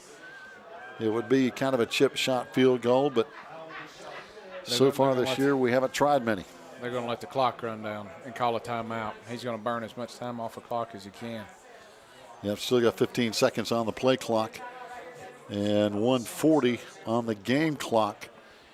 And you're right, Cody. He's going to use some time, call a timeout, and decide what to do here before halftime. Obviously, a big situation here one way or the other because nobody's had an opportunity to score until now. Absolutely, and it is a big decision. I mean, you've got an opportunity here with the ball in the middle of the field, perfect field position to be able to kick a field goal. Let's check some scores around the mountains here while we have the timeout on the field right now. Right now, Robbinsville leads 22-6 in the second quarter. The last score we had, Andrews led 14-0 in the first quarter. Andrews leading Mitchell 14-0. Robbinsville leading 22-6 over Smoky Mountain right now. And their game just up the road in Silva.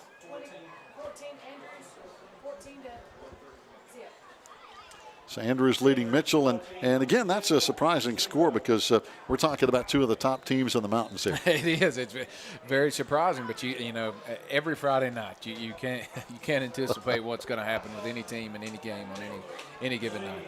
And Andrews, we know, has that special group that has been together, and they've won at every level. So this Andrews knows this could be their year. All right, here we go. Maroon Devils going for it. 4th down and 8. From the 9-yard line. Oh, boy, Pisgah's offside. Great job. Man, so that's going to cost Pisgah 5. That brings up a 4th down and 3. Talking about changing the complexity of your play call from 4th and 8 to 4th and 3. Yeah, it definitely puts you in the opportunity now to make a first down for sure. So now they're going to spot it at the 4-yard line. We can get 3 and get a first down or 4 for 6 points. And it's going to be, it looks like another timeout called by the Maroon Devil offense here. And if you got them, why not use them? Absolutely, give yourself the opportunity to get the play call right, and see exactly how you want to do it. I mean, run behind your horses, get behind the big boys, and know that they're going to try to do the same thing. They're going to be closing the gaps, squeezing down as hard as they can, and so you got to be ready and just push them back. And by the way, we have an updated Robbinsville score right now. Robbinsville leads Smoky Mountain 28-6 with 1:15 left to play before halftime. So an update there. 28-6, Smoky Mountain losing to Robbinsville. And so that game just up the road at Smoky Mountain. Homecoming tonight, by the way, up at Carr Hooper Stadium at Smoky Mountain High School. Interesting. Homecoming's normally later in the year, but I guess you do what you got to do. Like I said earlier, I don't know if I'd have scheduled Robbinsville for homecoming. Boy, never. By the way, talking about Robbinsville, we want to send out some good wishes and prayers. I understand your grandmother's under the weather somewhat, and we wish her the very best. Absolutely. I mean, to be well into her 90s, she's a strong woman, that's for sure. I tell you, they grow them tough in Graham County. They certainly do. There's no doubt about that. There's some good bloodlines. Here we go. Maroon Devils 4th down and goal from the 3-yard line. Well, we could get a first down. Let's see. Toss is going to be, we got a reverse. Throwing in the end zone, wide open. Gabe Lillard, the halfback pass in the end zone. Nobody saw that coming to the quarterback, Reese Winchester. So the halfback got the reverse, and it was the quarterback wide open in the end zone. That is a trick play for sure. I want to say, and if I'm not mistaken, I believe that the Eagles ran that in close to a Super Bowl or one of the championships like that. But that was great. Looked like Reese Winchester, I believe, caught the football. But yes, great play call. Worries me to death when it's that much and it takes that much time to develop. But what it does is exactly what it did: spread their defense out. They were crammed in the middle trying to stop the run, and it opened it up for Reese. Here's the point after touchdown. This kick is going to be up and good. So now with 1:26 to play, Reese Winchester, I think that's probably his first touchdown reception for the Maroon Devils ever. Well, and I tell you what, there's no defense that I'm aware of on the planet that accounts either man-to-man or zone covering the quarterback in a pass play. So anytime you can get the quarterback down the field, there's a good chance he's going to be open. And he was on that for sure. So a little trick play. We ran the handoff to the left side. Then the pitch came back to Gabe Lillard. Gabe threw a beautiful pass in the end zone to quarterback Reese Winchester, who ran a pretty good pattern. He was wide open. So now the got some Tuscola fans. We can see them down there in the a lot of Tuscola fans down there in the Maroon Devil maroon and white. So we see some gold and black down there. Don't you know they're excited? Oh, boy. Oh, boy. I tell you, this Tuscola-Pisgah rivalry it's as intense as any in Western North Carolina. Sounds like they're even chanting Devils with us down there. So they're not going to do it halfway here. You said it. Of course, Sherman Holt came over to Swain High from Tuscola. Here comes the kick. It's going to be caught on the sideline. Logan Free, good running back, good return man. He's trying to cut back against the grain and runs into a lot of maroon and white jerseys, but still fighting out to the 27-yard line. Good return. So now 1:15 to play, Cody, before halftime. We're going to see, I think, Pisgah probably some guys may say, hey, look, we'll just run out the clock, go to the locker room. But I think Pisgah has the ability to spread it and throw it. Absolutely, and that's what they're going to do. I imagine that even though it's sub 2 minutes, that they're probably going to be running a 2-minute offense, especially with what we saw earlier with the quarterback's ability to roll from one side to the other and effectively pass the ball. If you were doing that and wasn't effective, then I could see that being different. But I imagine they'll do the same thing here. Aaron Clark, very capable. He's a sophomore, but very mobile. He's got 4 wide receivers, so a passing formation here. And the Maroon Devils are going to run that 3-man wolf front. Got a blitzing linebacker from the other side, and he throws it out to the left side and getting out of bounds, which is what you're trying to do to number 4, Jake Lowery, for a short gain. Well, I tell you what, he was close to crossing the line of scrimmage before he threw that football. And I kept looking back and forth. We didn't have a line marker on this side, but, man, he was close to definitely crossing the line of scrimmage before he threw the football. So now second down. Bears need about 3. 1:02 to play. I thought Lowery got out of bounds, but the clock did not stop. It's still running, under a minute to play. You just can't let the big one. Don't let him get behind you. That's it. If he has to throw the ball in front of you, let him do that all night. So again, Clark back to throw. He's going to take off, and he's going to have to run out of bounds. He couldn't find anybody open. So because as you mentioned, Cody, the Maroon Devils playing a very deep secondary. They are, and that was a great job by Bogdanovich up there at the top to not let the quarterback break contain. You're not there to make a superstar play. You're there to be in his face and make him make that hard decision just like that, to run all the way down the field and really not gain anything out of it. That's it. So now the Bears are going to line up. By the way, a couple of items we want to bring to your attention next week. The Swain High boys soccer team away at Blue Ridge Early College on Monday. Home on Wednesday, hosting Andrews. Swain volleyball Monday at Franklin. Wednesday at Hiawassee Dam. Thursday at home with Highlands. And the Bears stay on the ground. Unfortunately, this is going to run some clock. I don't know. Depends on where they spot. I don't know that he got it. Very close to a first down. They're going to give it to him. Yep. Okay. I figured they'd either measure or I don't know. So now they're going to, looks like, stop the clock, and now they're going to run the clock once the chains are set, and it's under 30 seconds and counting. Bears going to have to hurry. Now they run up to the line of scrimmage as, again, Aaron Clark calling out the play at the line of scrimmage. 3-man front for the Maroon Devils. Here comes a blitzing linebacker, seen from the right side. Throw is going to be over on the sideline, out of bounds after about a 7-yard gain, and may have a late hit. If they don't blow the whistle, I don't like that. I mean, if you don't blow the whistle when he stops, the players have to continue to play. I mean, that's what they're taught.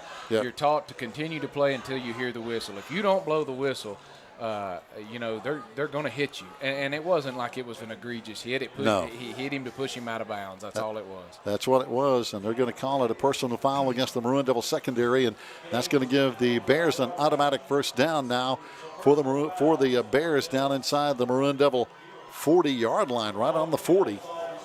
And you're right, Cody. That's if they don't blow the whistle, you got to keep playing. You got to keep playing, and it didn't look like he was out. He was still playing like he didn't go out, and nobody blew the whistle. Clark back to throw again. Straight drop, steps up. He's going to run the quarterback draw, and he's going to be hustling out of bounds over at the 32-yard line with 8 seconds left. So that's what you've got to do, though, as a quarterback. If you can't find anybody to throw to, get out of bounds or throw the ball away. Yeah. But he picked up 8 yards. So now Pisgah with some time, stopping the clock. And they've got time for a couple more plays. And again, you know, they're able to do that. He's able to run the ball like that because we are putting our linebackers, our secondary deep. Because, again, you can gain 6 yards, 7 yards, 8 yards. We don't want you to score a touchdown on a single pass play. So that's what we're trying to do. For those at home that are wondering why the middle is so open like that is we are allowing them to gain small chunks of yardage. We just don't want the big one. So now the Bears call a timeout with just about 8 seconds left to play as the Maroon Devils lead. Some updated scores before we go to halftime. The last score we had, Andrews leading Mitchell 14-0 in the first quarter. But again, I'm sure that might have changed by now. Cherokee leading 21-0 in their ball game. And I can't remember exactly. They might be playing Choctaw tonight. I'm not sure. But Robbinsville, from what we can tell, leading Smoky Mountain 28-6 late in the second quarter in that ball game. Our score, Swain 7, Pisgah 0.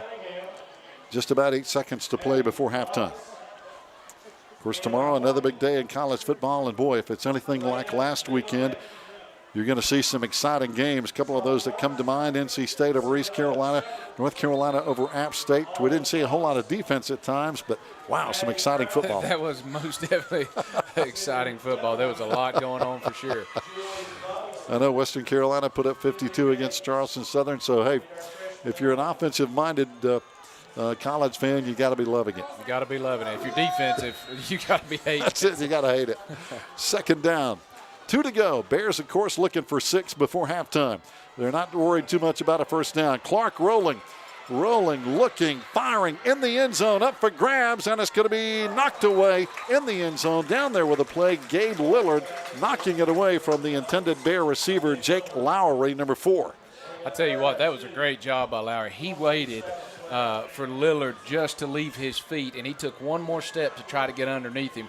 The great news is Gabe is a tremendous athlete. Yeah. And he can jump just as high as he could, so he's able to get up there.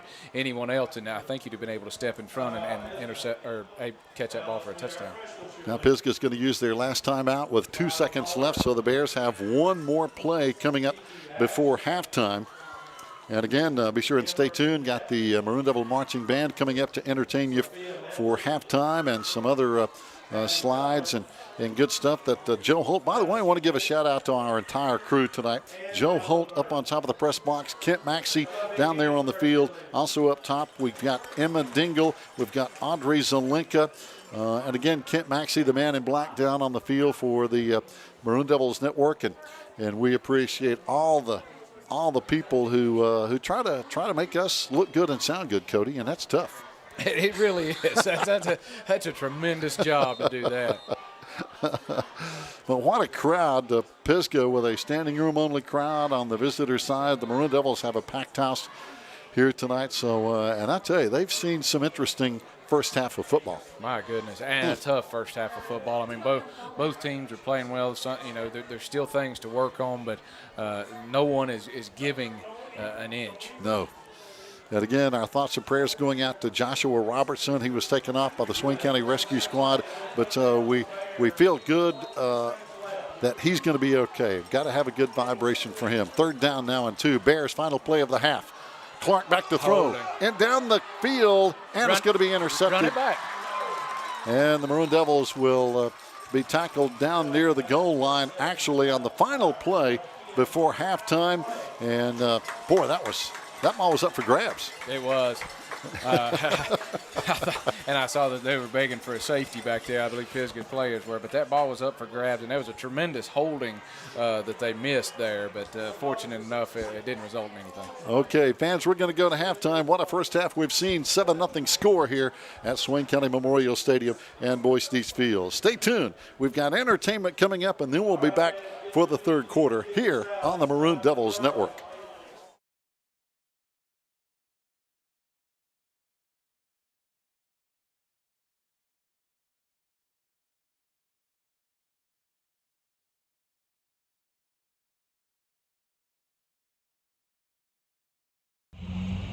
Hey Maroon Nation, my name is Erin Jenkins and I'm an alumni of Swain High and also the Maroon Devils Network. The network you're watching right now helped me chase my dreams and get my start in broadcast journalism. From weekly interviews with Coach B to hosting game day specials and even getting to sit down with some of Swain High's greatest football legends. History of the Maroon Machine. All of these things helped get me to WNCT 9 on your side in Greenville, North Carolina as an on-air news reporter. Right now, you can help other students just like me to chase their dreams by liking, subscribing, and sharing the Maroon Devils Network. As always, go Big Maroon!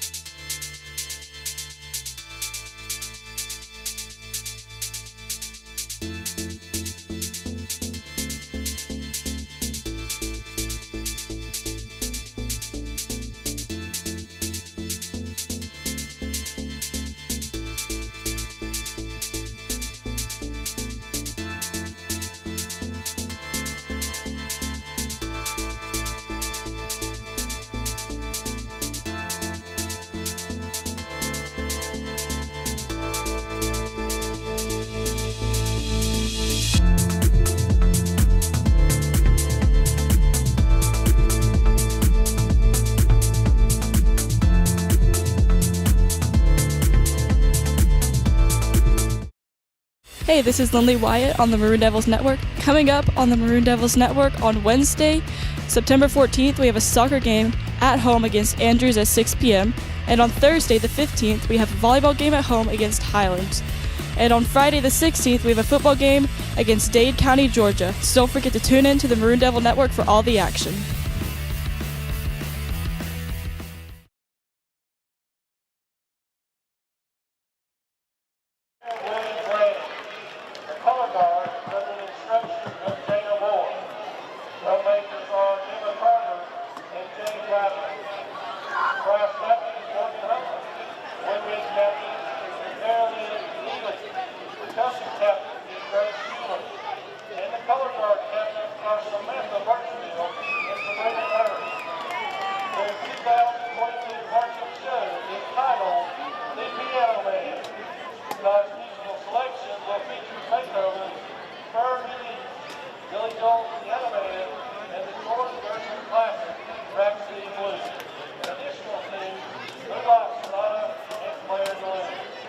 Please welcome the Swain County Marching Band.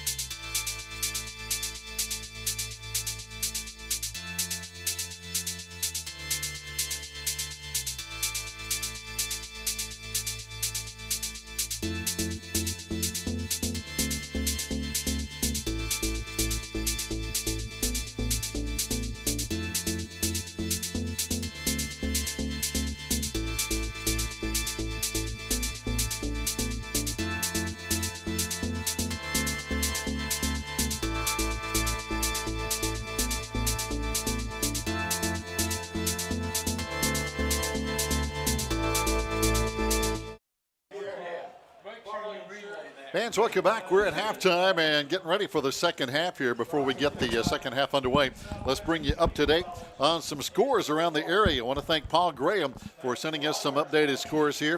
Thanks to Paul, our scores right now, Cherokee leading Rosman 21-0. Also, Andrews is up on Mitchell 24-21. And right now, that's a marquee 1A game because those teams could meet up in the playoffs again, Cody. Yeah, and it sounds like Mitchell's made some adjustments there most recently, because I believe it was 14-0 last checkup, and now they're closing the gap. 24-21 Andrews right now. Here's another interesting score. Raven Gap leading, and I think they're playing Reynolds 26-7, and Reynolds is very good. Wow. And that's an interesting score. North Henderson is leading in their game. Not sure who they're playing, but they're leading 30-6. Brevard up on Irwin 21-8. Hendersonville leading up Mountain Heritage 14-8 right now on their scores. And we appreciate all those scores. By the way, want to give a shout out to number 68, Camden Edwards. Got that information from our old buddy Shane King. And Shane says, I'm still a Maroon Devil, don't worry. But a shout out to his stepson, Camden Edwards.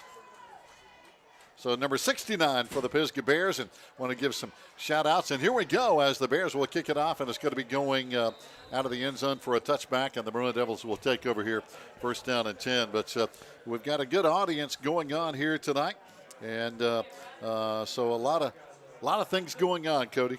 Yeah, it looks like that they might have called that out of bounds prior to it going in the end zone, so it should come out to the 35-yard line. So, again, big shout-out to Camden Edwards, 69 for Pisgah from Shane King. And, again, a lot of people listening and watching down the line. And, again, we're trading scores all around Western North Carolina. Also an interesting score, Murphy leading South Pittsburgh, a defending state champion, 21-14 in that ball game. But here it's a tight one, 7-0.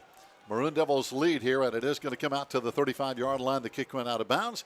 And let's see if there's any more tricks up head coach Sherman Holt's sleeve here as we get things underway in the second half. After that quarterback touchdown reception in the first half, we come out running the ball for a 5-yard pickup on first down. Yeah, we traded the tight end right there. I know I mentioned this a couple of weeks ago when we trade the tight end. What the offensive coordinator is trying to do is see where the front moves, how they move right there, and what they were able to see is they made a shift, but it wasn't much of a shift. So we'll probably do a little bit more trading. So now the Maroon Devils with a second down, needing 4, just underway, third quarter. Outstanding football game. Both teams center. are really getting after it. Right now, 4-man front for the Bears, and here we go right up the A-gap, and that is going to be about a yard short of the first down. And that's, I mean, I love the shotgun with what we're running, with being able to run the different trap plays, and it allows the quarterback to be able to read the defense a little bit more. He's got more time to look at the defense. But when you run the under center stuff, man, I'm telling you, you're going to get 4 yards. If you can hit it like that, you hit it fast. Defense can't react to anything, and it's a great offense to put together. And we're seeing kind of a gap up there between the two defensive tackles on the Pisgah D front right now. And here comes the quarterback running right up that gap again and gets the first down at the 46-yard line. And what we're running, we're seeing that gap in there. Yeah, that gap is in the forefront there. They're running what is like a midline. Instead of reading and running the option and reading the last man on the line of scrimmage, they're reading the next man down. So it's more reading like a defensive tackle rather than reading the defensive ends, or it's a nose man and the tackle, and that's what they're trying to do. And they're trading tight ends to be able to move that person one way or the other. One busy man up there on the Pisgah defense, number 45, Hudson Smith.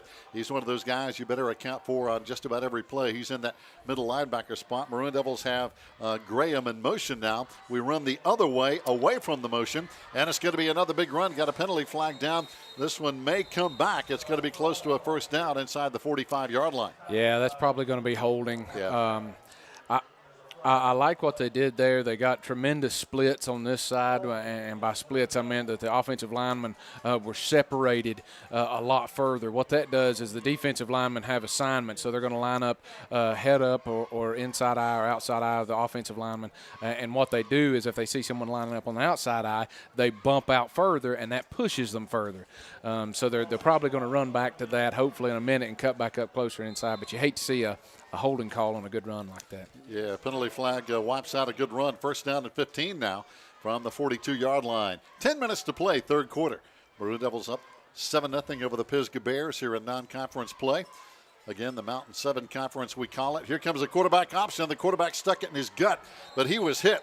And now Reese Winchester is going to be hit out of bounds, but he picked up 3 or 4 more yards after he got that ball back. Yeah, that was close. And, boy, he made a good job of just pulling that thing. And if you're a quarterback, you have to do that sometimes. You're the decision maker in any offense that's reading. You're the one that either gives it or pulls it away. And what he was able to do there is he finally made that decision. And sometimes it's hard because as a running back, you've got to squeeze on that football because you don't want to fumble. So to pull it away from a running back like that, you better make your decision. Oh, no doubt. 2nd down and 12 now after a 3-yard gain at the 44-yard line. Just under 10 minutes to play. Third quarter. This is the set we Reese ran. Is going to this time hand off. One of the first handoffs tonight actually to Glaspie, number 13. Very late flag coming in over here on the defensive side of the ball, Cody. So I'm afraid somebody might have said something on that side. I think so. It hit a Pisgah player in the helmet, so I hope that's a sign that it's against Pisgah, but I'm not real sure. There was definitely, I believe, some words. Yeah, some words exchanged. Yeah, because the penalty flag was thrown basically away from the play pretty much after the play was dead. It was after the play was dead. So, and I'm afraid if you're a Bears fan, and we have some Pisgah Bear fans watching and listening tonight, that you're not going to like this penalty. Probably going to be an unsportsmanlike conduct. Ooh, personal foul, face mask against the Maroon Devils. And that's a rare thing to see that against an offensive player. I got one of those in the state championship game. I'll never forget that. It is rare. It's probably been 18 years since it's happened, and I was the one that did it the last time. But, it is. And it's one of those, I know that you're usually going to get it called when it's right there. It's not egregious. What they're trying to do is block, and wherever someone's head goes, they're going. You're not pulling on the face mask. You're just putting your hands up into the and that's what it is. You're just putting your hands closer to the upper chest, and sometimes they just get a little carried away. Yeah, 2nd down and a long way to go. Maroon Devils swing one out to the right side. Both Pisgah's all over this play. Josh Collins has nowhere to go again. There is 45. Hudson Smith, the linebacker we were talking about. Now it's going to bring up 3rd down. And, 10 right at 30 yards. And we need to at least get some of this back because we're finding ourselves in the same position that Pisgah was in earlier, just constantly battling field position because we need to flip the field back and get it back in our favor. Well, a good point, Cody, because the Bears did have some bad field position in that first half so many times, and you can see it with a 0 on the scoreboard at halftime. So now Maroon Devils 3rd down, right out about 29, 30 yards to go. Got a couple of wide receivers in the set. Here comes the linebacker blitzing, and the Maroon Devils run right into Hudson. Hudson blew that play up again. Also coming in there with 72, Dakota Sarles to really kill that play. And boy, that's a feast or famine defense they're running right there. I mean, he's one missed tackle away from really breaking that because you've got 2 linebackers that are blitzing in, and so that's 2 vacant areas now, and hopefully we'll be able to capitalize that on a minute if we can just pick up the fact that he's doing that. Looks like we're missing a player right now. So here comes the final player coming on. It's going to be Grady Lewis.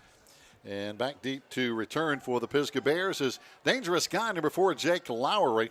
Our Josh Collins is going to be punting it away. End over end punt. Lowery is going to take it at the 42, and he is hit at the 45 and driven back. Man, that was a hit, and that was number 8, Austin Jenkins, on the tackle. That's great coverage. Again, as we saw against Smoky Mountain, it is so critical that these special teams plays where you're having to cover are done correctly, and that's one way to do it correctly right there. Oh, no doubt. And that was just a good heads-up, face-up tackle, and he played it with his shoulders square, and that's the key, isn't it? Absolutely. Play with your shoulders square, set your feet, get set, and get good core underneath you. And then, as long as everybody's in their lanes, they can run around all day long, and they're not going to get anywhere. That's it. 1st down and 10 now. Bears, good field position at the 45. 8 minutes to play here in the 3rd quarter with the Maroon Devils up 7-0 right now on that Wolf front. 3-man front just off the line of scrimmage. Going to be one of the linebackers, and trying to penetrate is going to be Logan Free, number 2. And he got a couple, maybe 3 yards out to the 48-yard line. But Bears trying to get their offense. I'm not sure that Coach Brett Chappell right now real happy with his offense, but we saw they have that capability, especially with the mobility of quarterback Aaron Clark. They did, and if you saw that when they were running with the quarterback earlier in the first half, 25, a big target that they had, still hasn't come back in the game. So because they've lost that big target, they're maybe having to adjust, and Coach Chappell's just trying to find something here, find something that's effective and work it. But he's having a hard time because he's lost his folks. And we got a timeout on the field. Fans, stay tuned. We'll be back after this break on the Maroon Devils Network.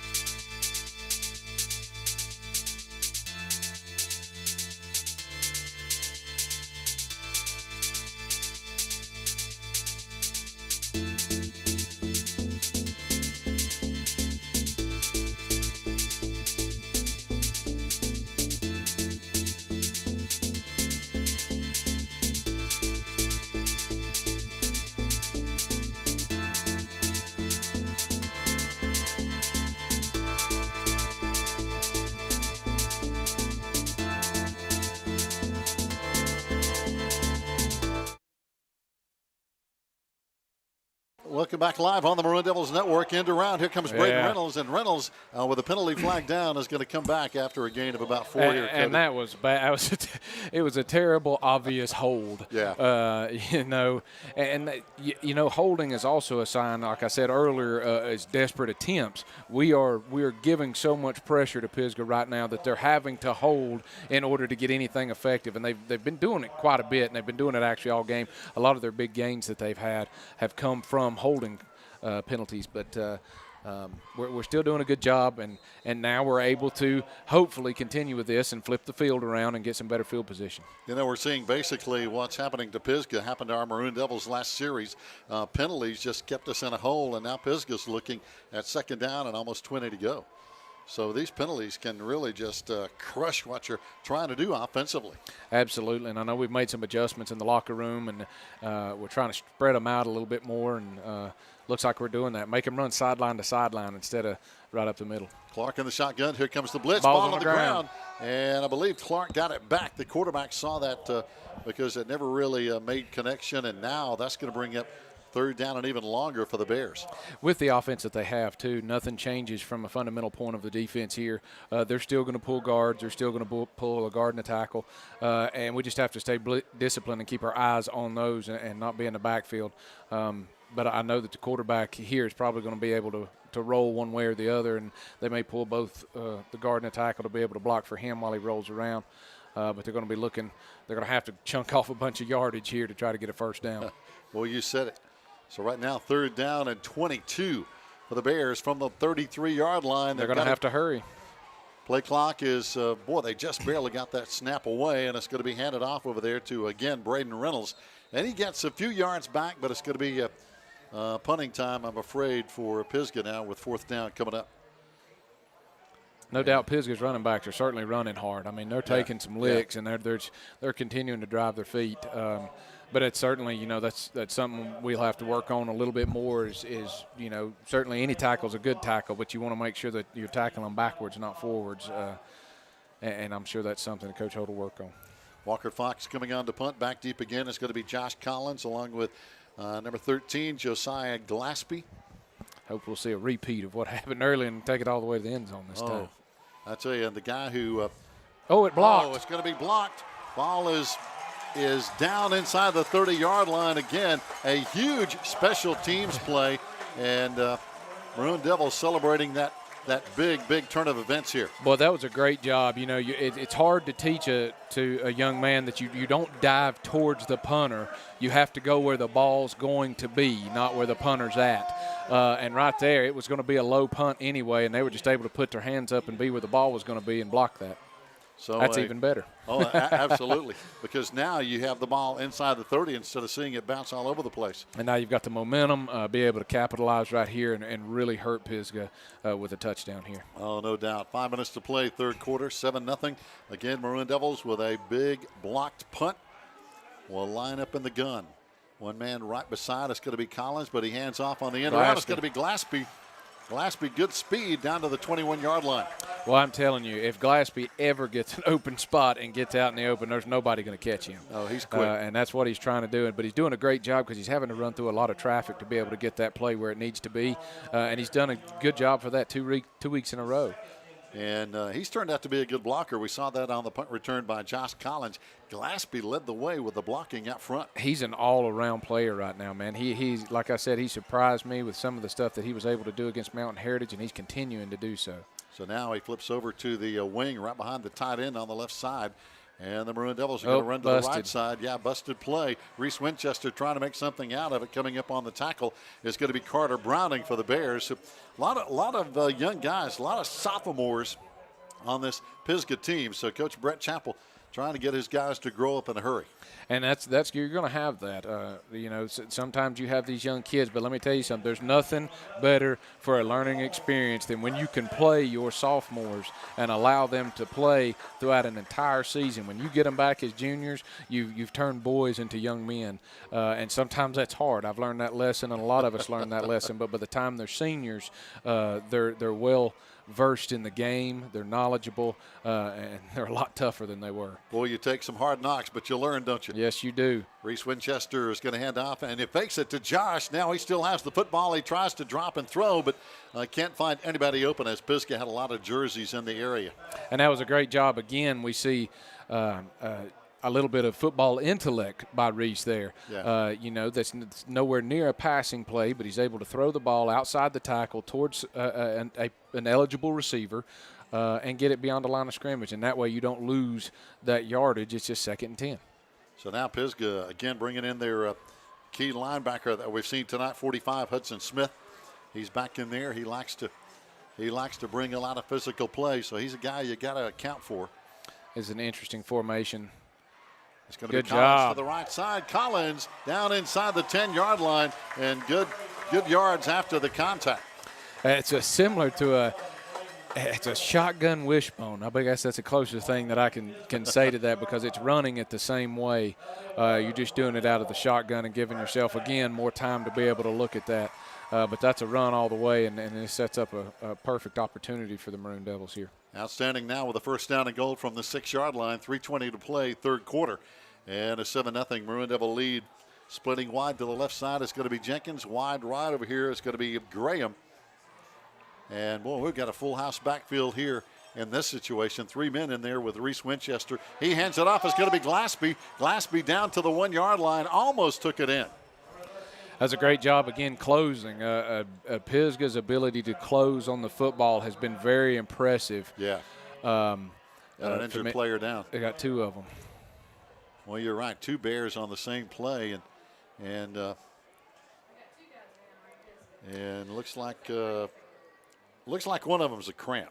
Yeah, and it could be. And a lot of times in plays like that where people are slinging around, when I tell that, you're trying to catch somebody from behind, it's called leg whipping. Someone else's legs come around and hit you in the calves, Achilles, and stuff like that, and it is. It causes a really bad Charlie horse or a cramp. And they've got 2 of them. They're trying to stretch them out. That's probably what happened to both of them is somebody's legs swung around and hit them both, and it's very painful. Oh, boy. They're trying to stretch it out, and they're going to be okay. But as you're right, boy, it hurts like the dickens for a while, doesn't it? Oh, it does, and it's going to be bothersome the rest of the game. That's the unfortunate thing, especially once you have a cramp or once you get a hit like that that's a Charlie horse. That is going to bother both of those players for the rest of the game, and those are some key players. Those are some players that have been able to close on defense and stop big plays. I believe it's number 1, maybe. Number 1 Reynolds and number 4 Lowry, and those are the players. 2 that have been the key players with interceptions and being able to get the receptions. And that's one thing about them. With comes speed, comes cramps. It really does. So you're right. And that's some of the first cramps we've seen actually in this early 3-week season. Well, those two boys have been going both ways, wide open, and have been very impressive. So I imagine the exhaustion is starting to set in. And it's been a warm, humid night. Earlier today it was a pretty mild day, but it just kept getting warmer and more humid. As we're expecting rain tomorrow. This morning felt like fall. The first time it actually felt like fall this morning. I was like, oh, my goodness, it's football season. Yeah. I usually don't think about it till the first cool morning comes in. But boy, you're right. Getting up and still not putting much weight on that leg is Pisgah's Jake Lowry, and he's walking up, but boy, it's slow. And now the other Pisgah Bear is getting up, and this is going to be Logan Free, number 2. Oh, that's their running back, man. He's been able to do a lot for them. But again, when you have a workhorse like that, that's what happens. I mean, we forget a lot of times that these are young men. They're human, and I mean, there's only so much they can take. And and as you know, it's not a soft game out there playing our Maroon Devils, and so it's just going to get tougher and tougher. It is, and both these teams have always prided themselves in being very physical. I mean, both teams have that tradition. We're seeing a lot of that tonight. We're seeing a lot of hitting, and now it's going to bring up as we're getting back to live action. First down and goal to go, I believe, from about. Oh, we got a penalty flag. It's not a delay of game. There's still nobody moved. Yeah, and there's still plenty of time on the play clock. Not sure what this is about. And I'm sure the referee's going to tell us. Looks like a legal substitution over on the defensive side. Or illegal participation. A legal participation, maybe. I mean, that usually happens as an after the snap type thing. Yeah. Now they're waving it off. They're waving it off. It's probably a good idea because everybody was set. Yeah, everybody was set. And like I said, that's usually not a dead ball penalty because they just got too many men on the field or something like that. But yeah. All right, good deal. All right, they're waving that off. No penalty. Maroon Devils first down from just inside the 2-yard line. Reese comes up under center, and he's going to try to run it right over the A-gap. Got a penalty flag. I think we saw some movement. It is enough for a touchdown, we think, but it may come back. I think it's going to be movement on us. Yeah.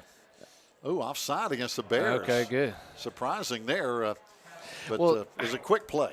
And I feel there's two different ways for that because usually offsides, if you snap the ball and it's close enough, you throw the flag, but you don't blow the whistle. And then you get, because it's almost like a free play. But we'll see if we can redo it here. All right, we're going to run the same play. Reese under center tries to run it over the right side.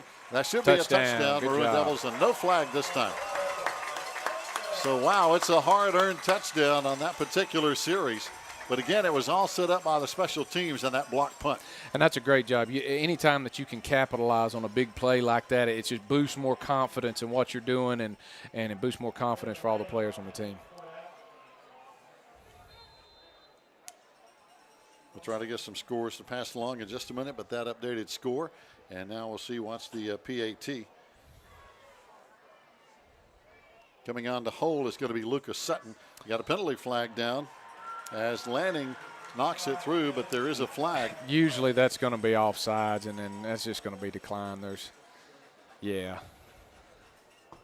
it is going to be it's offsides on the defense, trying to jump the gun there. And so the PAT will stand, I'm afraid, and it's a 14-0 Maroon Devil lead over the Pisgah Bears. Fans, stay tuned. We'll take a timeout, and we'll be back here on the Maroon Devils Network.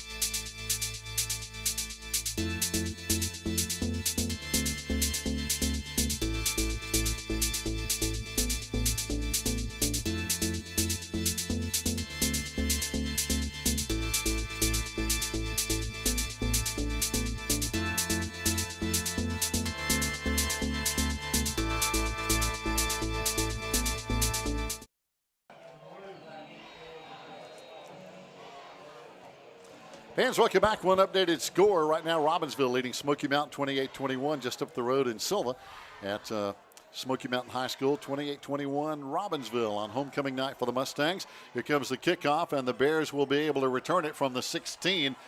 On the return out to the 20, trying to dance around. Great job. And not a whole lot of running room there on the return by Matthew Bennett. Left his feet.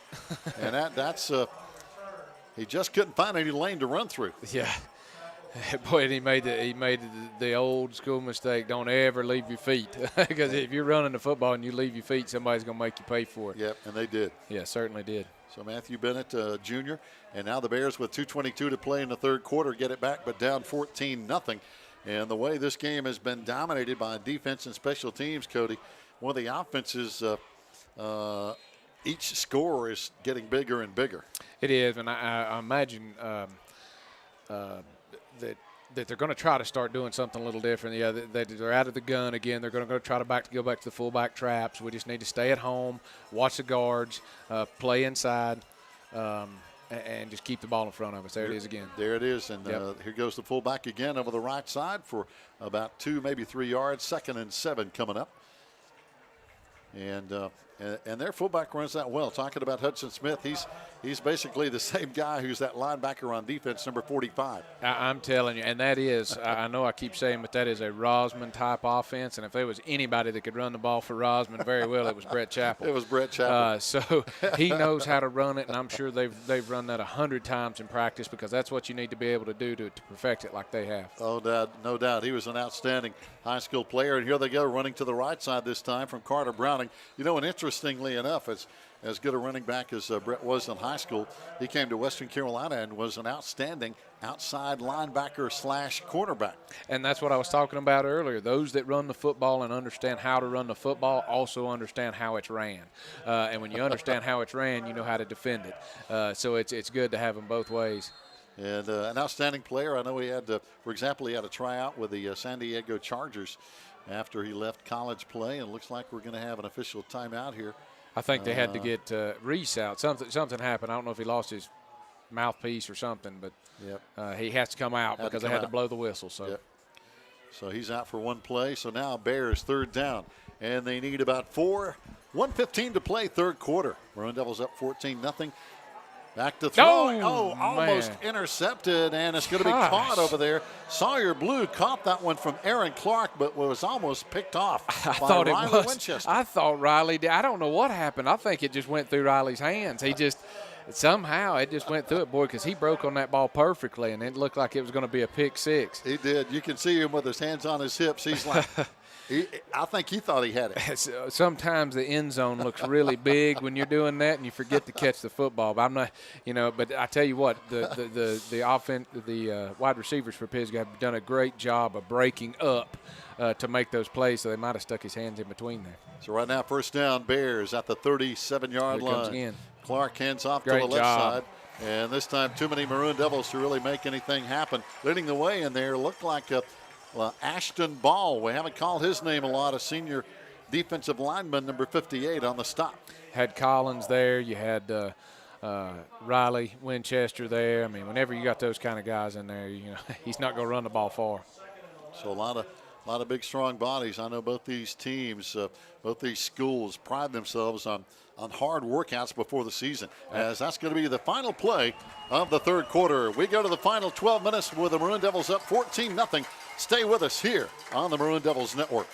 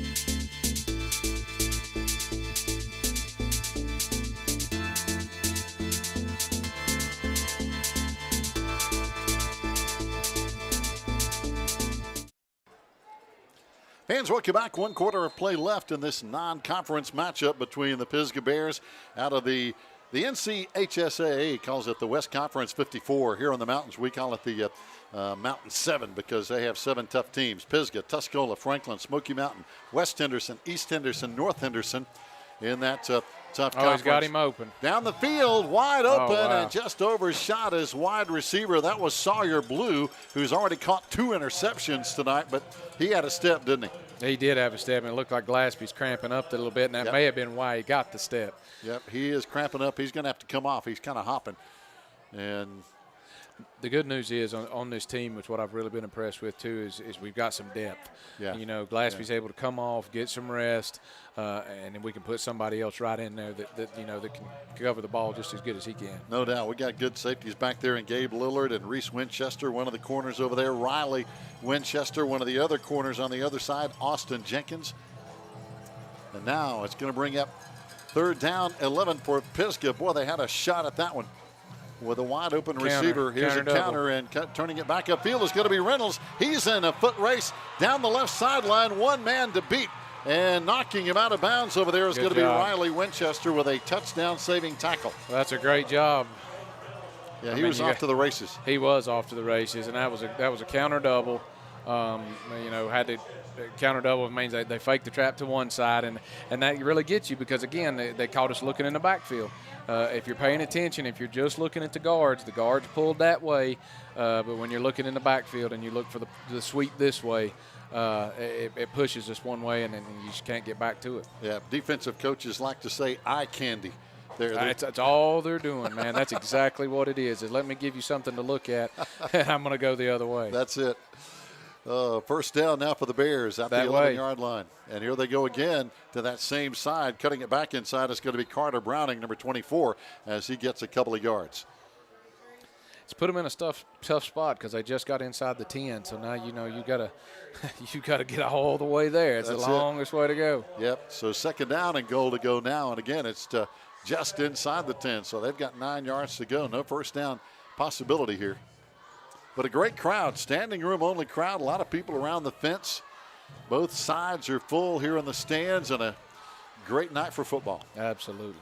Clark under center again for the Bears. Got 2 backs behind him. Now they switch it off. Got the fullback in there along again with Carter Browning. This way. Here comes Browning again, running behind his fullback, and he's down to about the 2-yard line. His fullback in there, Hudson Smith, leading the way, and he's slow to get up, but now everybody's okay, looks like. He is. That was a hard hit by Gabe. Gabe come up. You never want to see your free safety make those kind of tackles, but when he does, he makes sure they know what happened, and that was a tough lick. Boy, these kids are taking licks on both sides, man. Yeah, there's going to be some guys feeling this tomorrow morning. Again, split backs behind the quarterback, Aaron Clark, under center again. 3rd down. Coming this way. And they're going to run. Oh, great job. In the backfield. Hold on to him. Boy, it got stuffed back at the 4-yard line. Late penalty flag coming in. We'll see what this is about. It's going to be. I'm afraid they're going to try to call a face mask on that or something because it's hard to, when you get that many kids trying to get on defense and pull the same person, there's only so many places. And inevitably somebody reaches and accidentally grabs a hold of a face mask. And I hope that's not what it is, but I feel like it is. Yeah, if it is, it's half the distance, which is only a couple of yards here, and now we got another Bear cramping up over there. They're kind of working on him a little bit. And again, those darn cramps. Now we've got another injured player, and he's coming off okay. So again, it was their running back, Browning, 24, but he's coming off okay, so he's all right. And now the penalty is going to be half the distance, so it's just inside the 3 at about the 2.5-yard line here, Cody. They give them an automatic first down? Ooh, yes, it is. That's the thing that hurts. No. Well, they went. Well, they now went they're back. saying 3rd down. Huh. Well, the yard line marker says 3rd down. We'll see. Let's go with that. Bears need a couple. Bears need a couple of yards for the touchdown. He didn't get it. Clark tried Hang to on go. to him. He bounced off the line of scrimmage and got a yard down to the 1-yard line. And if that stick over there is correct, it's going to bring up 4th and goal. Whew. So I tell you, this game is He had nowhere to go up the middle, but that's No. a dangerous thing because usually you can just keep rolling off because everybody's trying to stop it from the inside. And that's what he did. He rolled over to the left side and picked up a tough yard. It's on the 1 yard I line. think Coach 4th and goal. Chappell's saying that it should be second down. Because on that penalty, it probably would have made it an automatic first down. So now, boy, the fans on both sides are on their feet here. Boy, Coach Chappell's, he's fiery anyway, and he's really fired up right now. He is. He couldn't get his kids to hear what he was saying, and they were running down, and he knew he was going to have to call a timeout. Yeah. So now the Bears call a timeout. We'll be back with that 4th down and 1 right here on the Maroon Devils Network.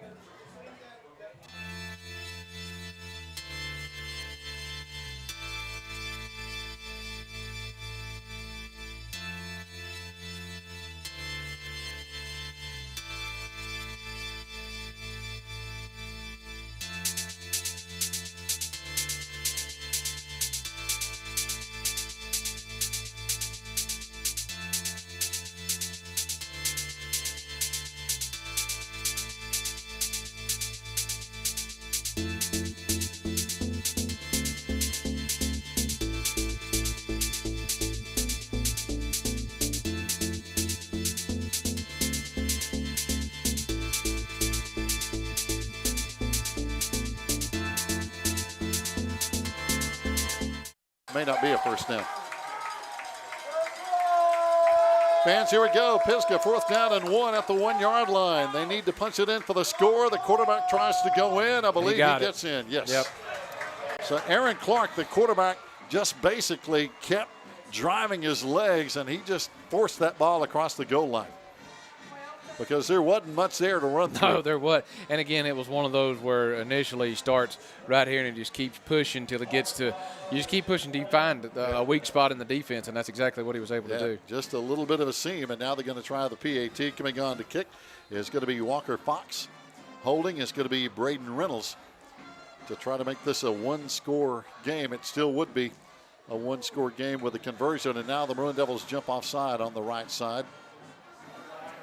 So offside, that'll put them a little closer. Trying to get down there to block it. Yeah. So now they'll line up and try this again. But what a game. Boy, the fans have really been in this game here tonight. Oh, they're going to block that. Oh, man. Another penalty. I think it was offside again. They snapped the ball. Yeah. Oh, illegal motion. Yeah. That was late. Oh, yeah, it was very late. I mean, we were standing at the kicker by the time they blew the whistle. Yeah, and then that was a very late whistle. And I'm not sure the ball had been snapped.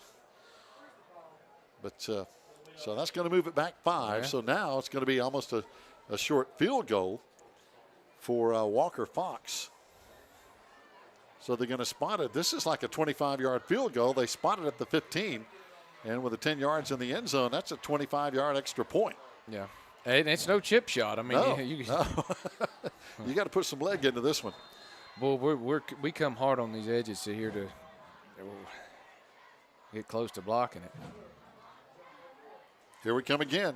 And this time the kick is up, and looks like he's got enough distance, and it is good. So Fox kicks a 25-yard extra point, and it's a 14-7 Maroon Devil lead with 8:49 to play here in the fourth quarter. But as we've seen this year, Cody, boy, it's not over till that final buzzer. No, it's not. And, I mean, you're seeing a lot of the players, 45 there for Pisgah. I mean, he's playing both sides. He's playing as hard as he can. He's limping off the field.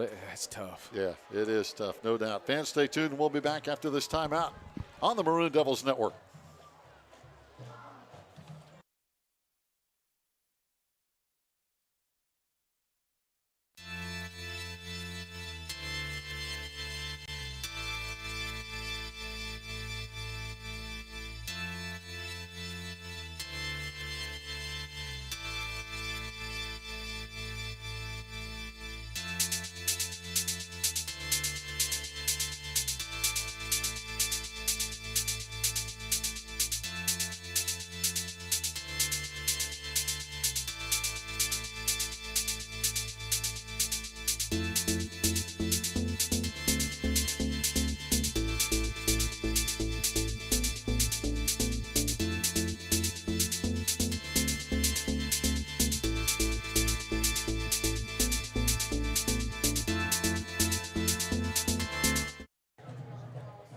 Fans, welcome back.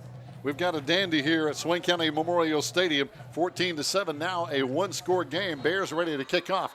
A lot of time left, 8:49 to play, fourth quarter. And it's going to be Squib down kick. the middle, squib kick. This one's going to go out Let of it bounds. go out of bounds. And the Maroon Devils will get it at the 35-yard line. A pretty good field position here. But, man, I tell you, the Bears just kept playing physical play. They just kept running the football, and that's kind of been their game plan here late in the game, Cody. It has been, and what we've seen, it hurt us at Smoky Mountain. It's the big play. It's that one big play that hurt us, and that's exactly what happened. They were not threatening in any way, but then they have run the counter double trap, get one big play, and it puts them all the way down there. So if we can stop those big plays and just keep the momentum down, then we'll certainly be ahead at the end of this game. One updated score, Robbinsville still leads Smoky Mountain in that ball game. It's a 28-21 lead as they are in the, no, it's now 28-27 as Maroon Devils run to the right side for actually a loss. But right now, Robbinsville leads Smoky Mountain 28-27 in the fourth quarter as there was a missed point after touchdown that would have tied that game at 28. Ooh. Oh. Two good teams, though, Robbinsville and Smoky. They're getting after it. That's the sour taste that we had in our mouths after playing Smoky Mountain and 1 point. 1 point. So it's tough. They still have 7:44 left to play. Smoky has scored 21 points in the second half in that game. Man, second down 11 now for the Maroon Devils, and we got people moving up front. They pulled us off sides there. Did they? Hopefully, yeah, I hope that was it because, Nope. ooh, I thought with him jumping like that and pulling up off sides, it should have been offsides on the defense. But And we haven't seen much of that this year, really. we False haven't. starts. Yeah, we haven't seen a lot of it, and that's why I thought that it would have certainly been that way because you can't draw an offender off sides. So now from the 29-yard line, Maroon Devils are looking at a second down and about 16. 8 minutes to play here in the fourth quarter. 14-7 Swain lead over the always tough Pisgah Bears. Got a man in motion. It's going to be Glaspie, sets up wing on the right side.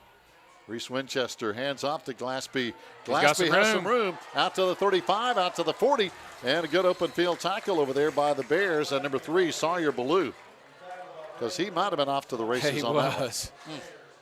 Well, that's a great job of getting some field position back. Yes, it is. First down, no, check that. Third down And four. but we got a little room out at the 41-yard line. Got a little bit of room to breathe at least here. Yes.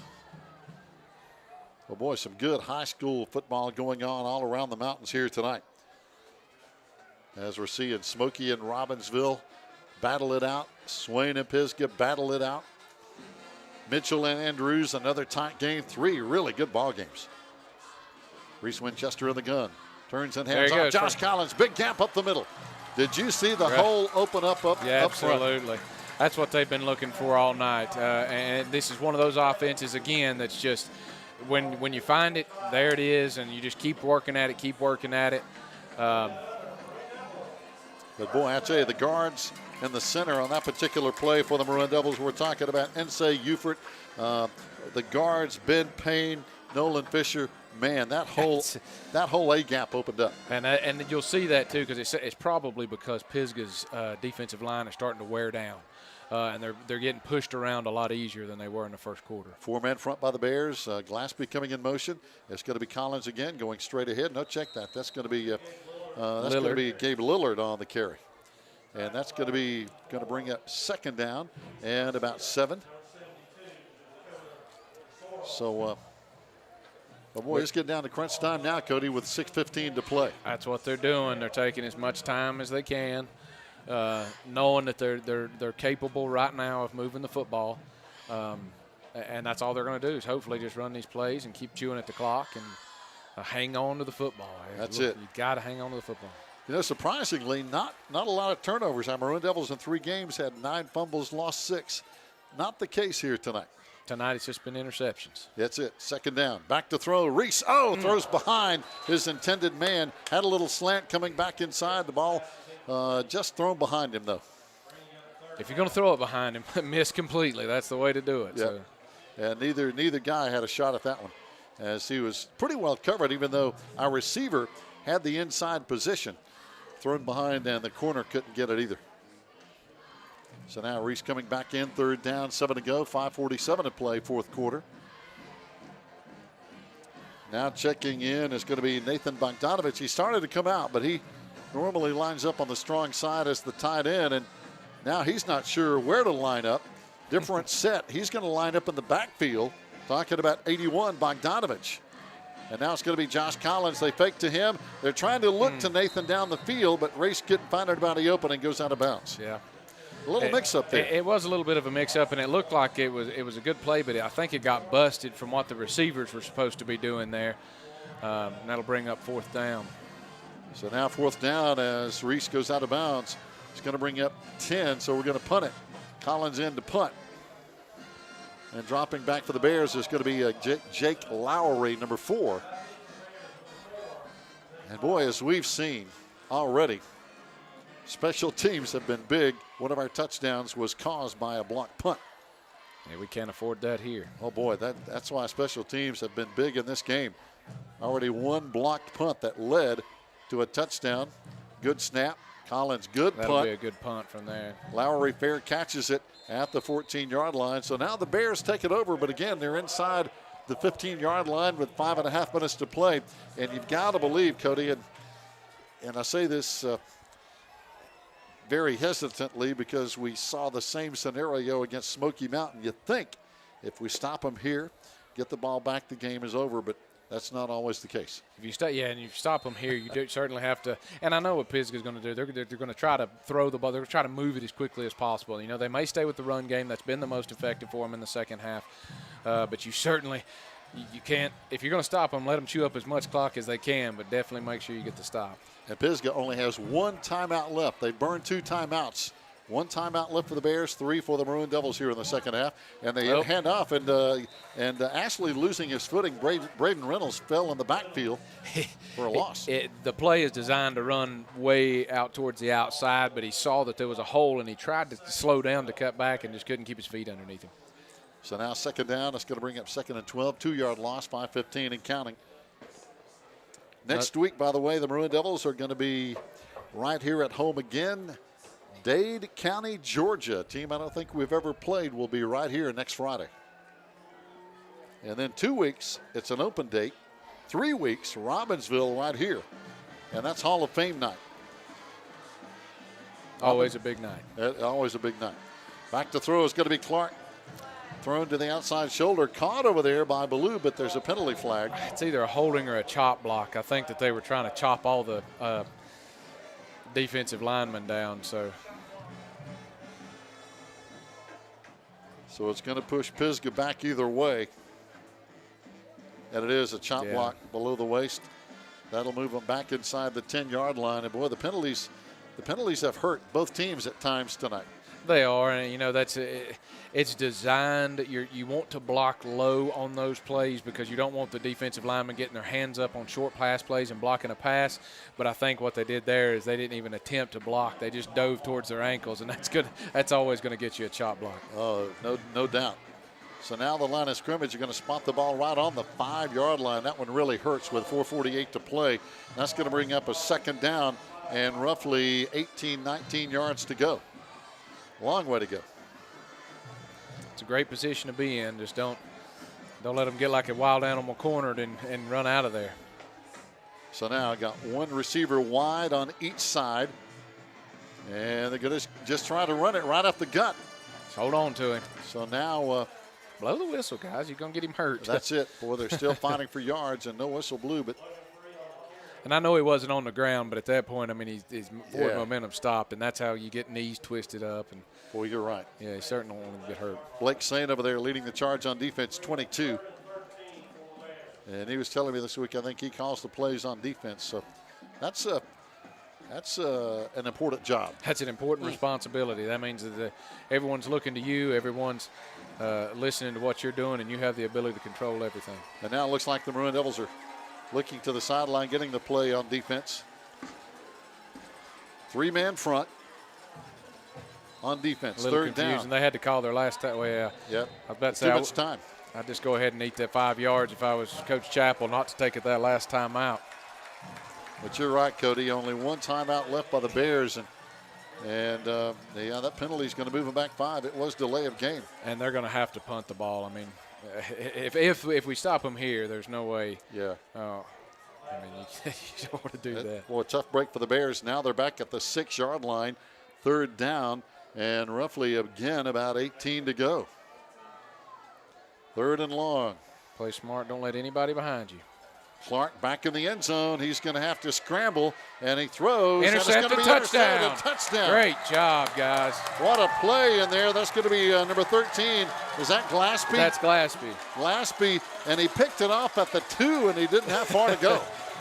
That was a great job by the defender. Instead, he was going for the sack, but he also, instead of going for the sack, reached up and grabbed the quarterback by the arm, and when he tried to throw it, he had nothing on and threw it right to Glaspie. He did. The ball just kind of floated.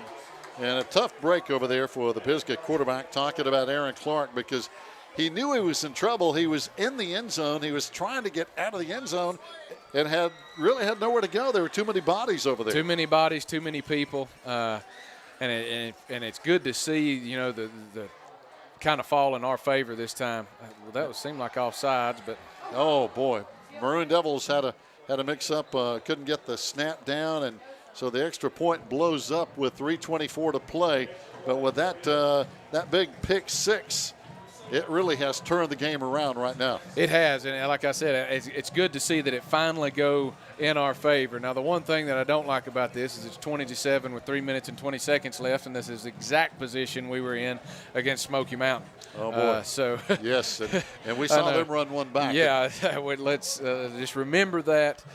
Kick the ball deep, play well, and don't let anything by you. That's it, no doubt about it. Fans, stay tuned. We'll be back after this timeout on the Maroon Devils Network.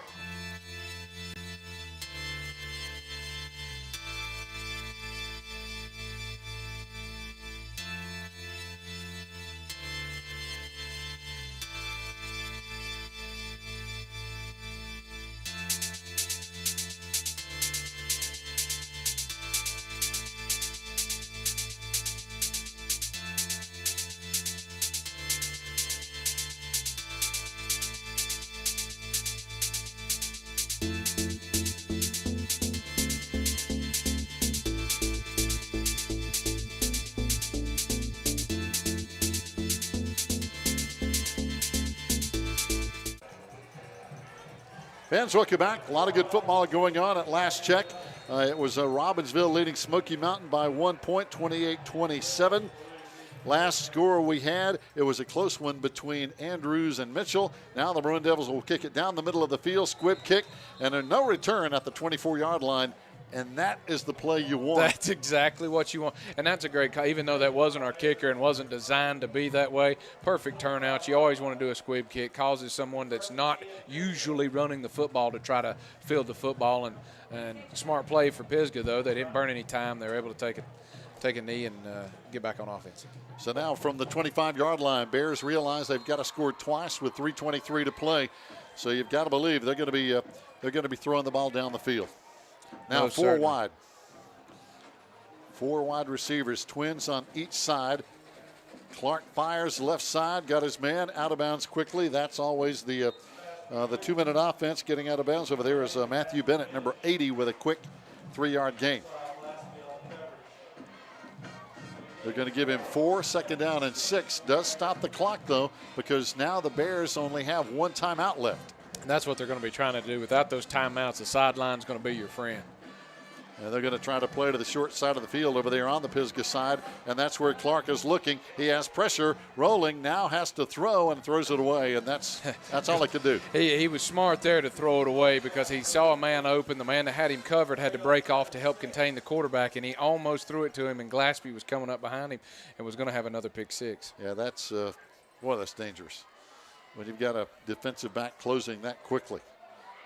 3:08 to play, and again, Bears with 3rd down. They need 6. Got to try to keep the drive alive here with a 1st down. Clark back to throw. Has time. Now runs out of time. Runs out of the pocket. Throws down the left sideline. Ball up for grabs. Almost intercepted. The ball was up in the air, and I think it was intercepted. I think it landed back on Josh Collins, and he intercepted that ball laying on the ground. Unbelievable. that ball was tipped up in the air. And you're right, he caught it. Glaspie did a great job. Glaspie was trying to intercept it, but what he was able to do when he wasn't able to grab it was get his hand underneath it and pitch it back up. And when he pitched it back up, it landed right in Josh's lap. What a crazy play. Hey, we'll take it any way we can get it. That's it. What an unbelievable play. What a tough break for Aaron Clark and the Pisgah Bears, as now they have used their last timeout with 2:56 to play and a Maroon Devil 20-7 lead, and now the Maroon Devils are just going to run the ball and run out the clock. And get ready for Dade County, Georgia next week. Going to be right here at home again. And talk about a great home schedule. We have it because Dade County is going to be here at home. Then an open date on September 23rd. Then we come back at home with Robbinsville. So, again, then after that we go on the road some with 3 conference games. But got to be at home here for the next 2. It's going to be at home. It's going to be great to get. I mean, a lot of people don't realize too that play. Small schools play in these much larger schools like Pisgah, Smoky Mountain, the Mountain Heritage. All these different schools that we're playing.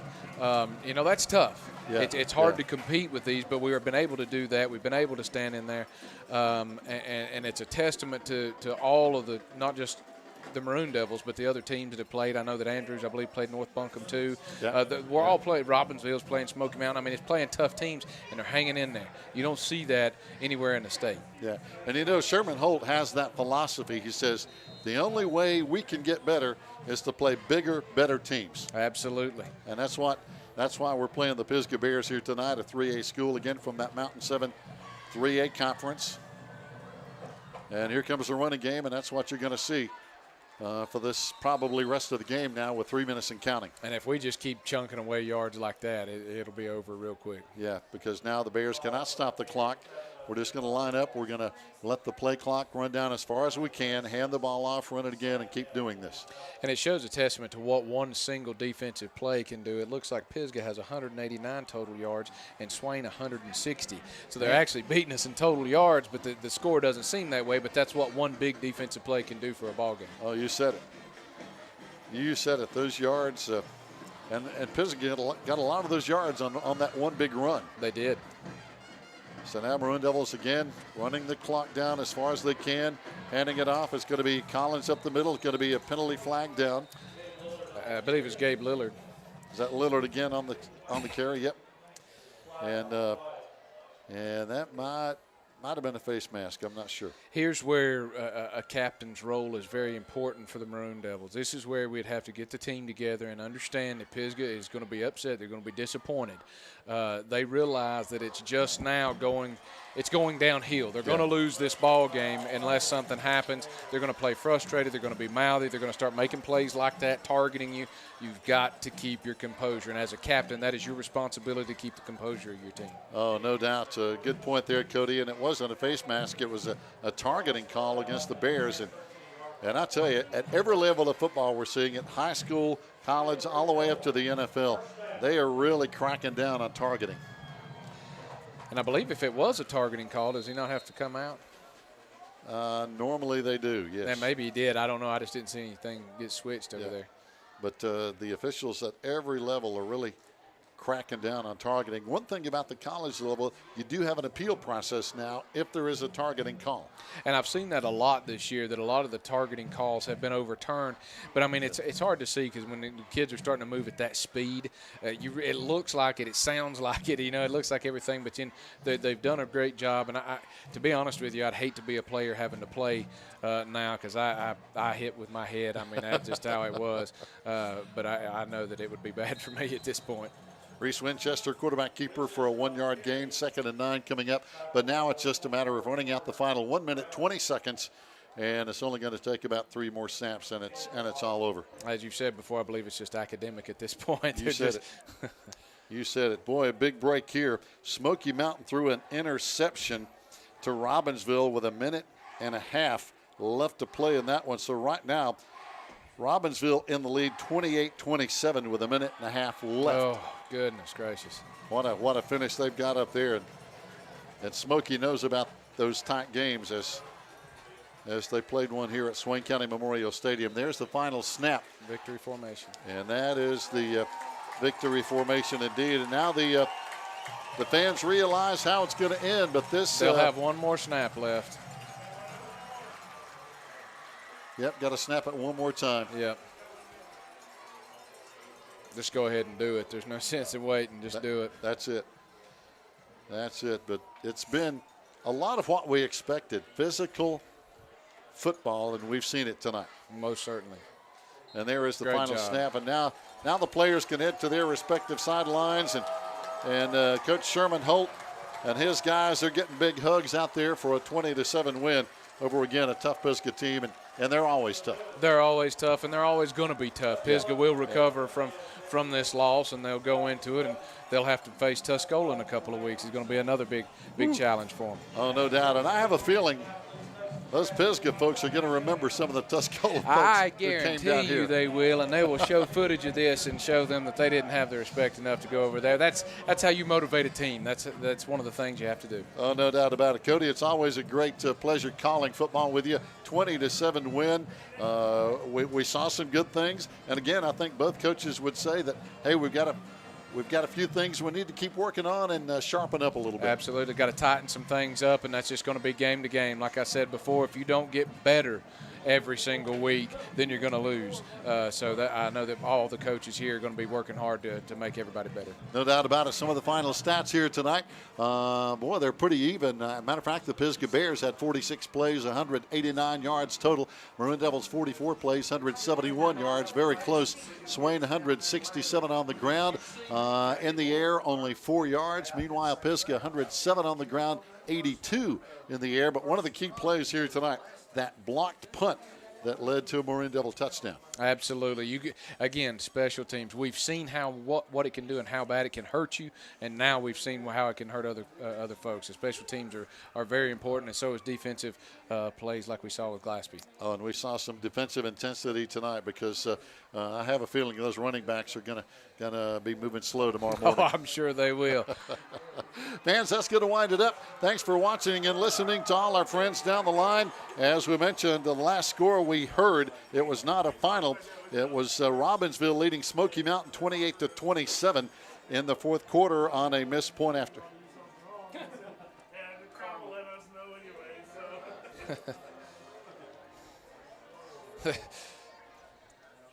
So it looks like we're anticipating a sneaky Gatorade bath here in a minute.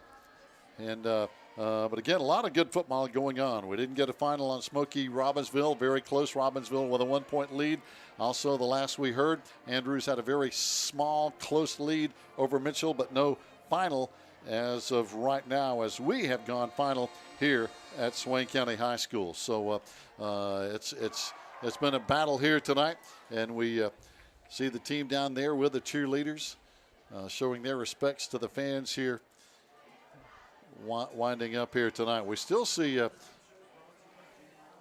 some sneaky players down there kind of keeping an eye on Coach Sherman Holt, and I think they're trying to hide that Gatorade bucket. They are trying to hide it, and they're going to all get around it so that he can't see it. And they're and look, it. they've got Josh over there to turn his back to it. They're trying to get somebody to talk to him. Yeah. And now Coach Holt, he's not turning his back, though. No, he's smart. Oh, there he goes. Oh, that looks like Austin. That looked like Big Austin Cook. Coach Holt realized that. He had it happen to him before. Look at here. Here comes Tuscola to come in to help celebrate Swain. Wow, look at all these Tuscola fans. And, boy, don't you know those Pisgah folks are going to remember that. Oh, yeah. Man, oh man! But I think they're happy for Swain, and I think they're happy for Coach Sherman Holt. They're certainly happy for Coach Holt. That's what they're here for. They're here to support him, and that's the kind of impact the coach has on kids, no matter where they're at. And so that's just that's really great to see. As we see the guys celebrating now, they're gonna thank the Lord in a post-game prayer, and we're gonna say goodbye here tonight. But what a win for as Coach Sherman Holt is. I think he's more fired up right now than the players. Absolutely, he is. Congratulations, guys. Job well done as we say goodnight on the Maroon Devils Network.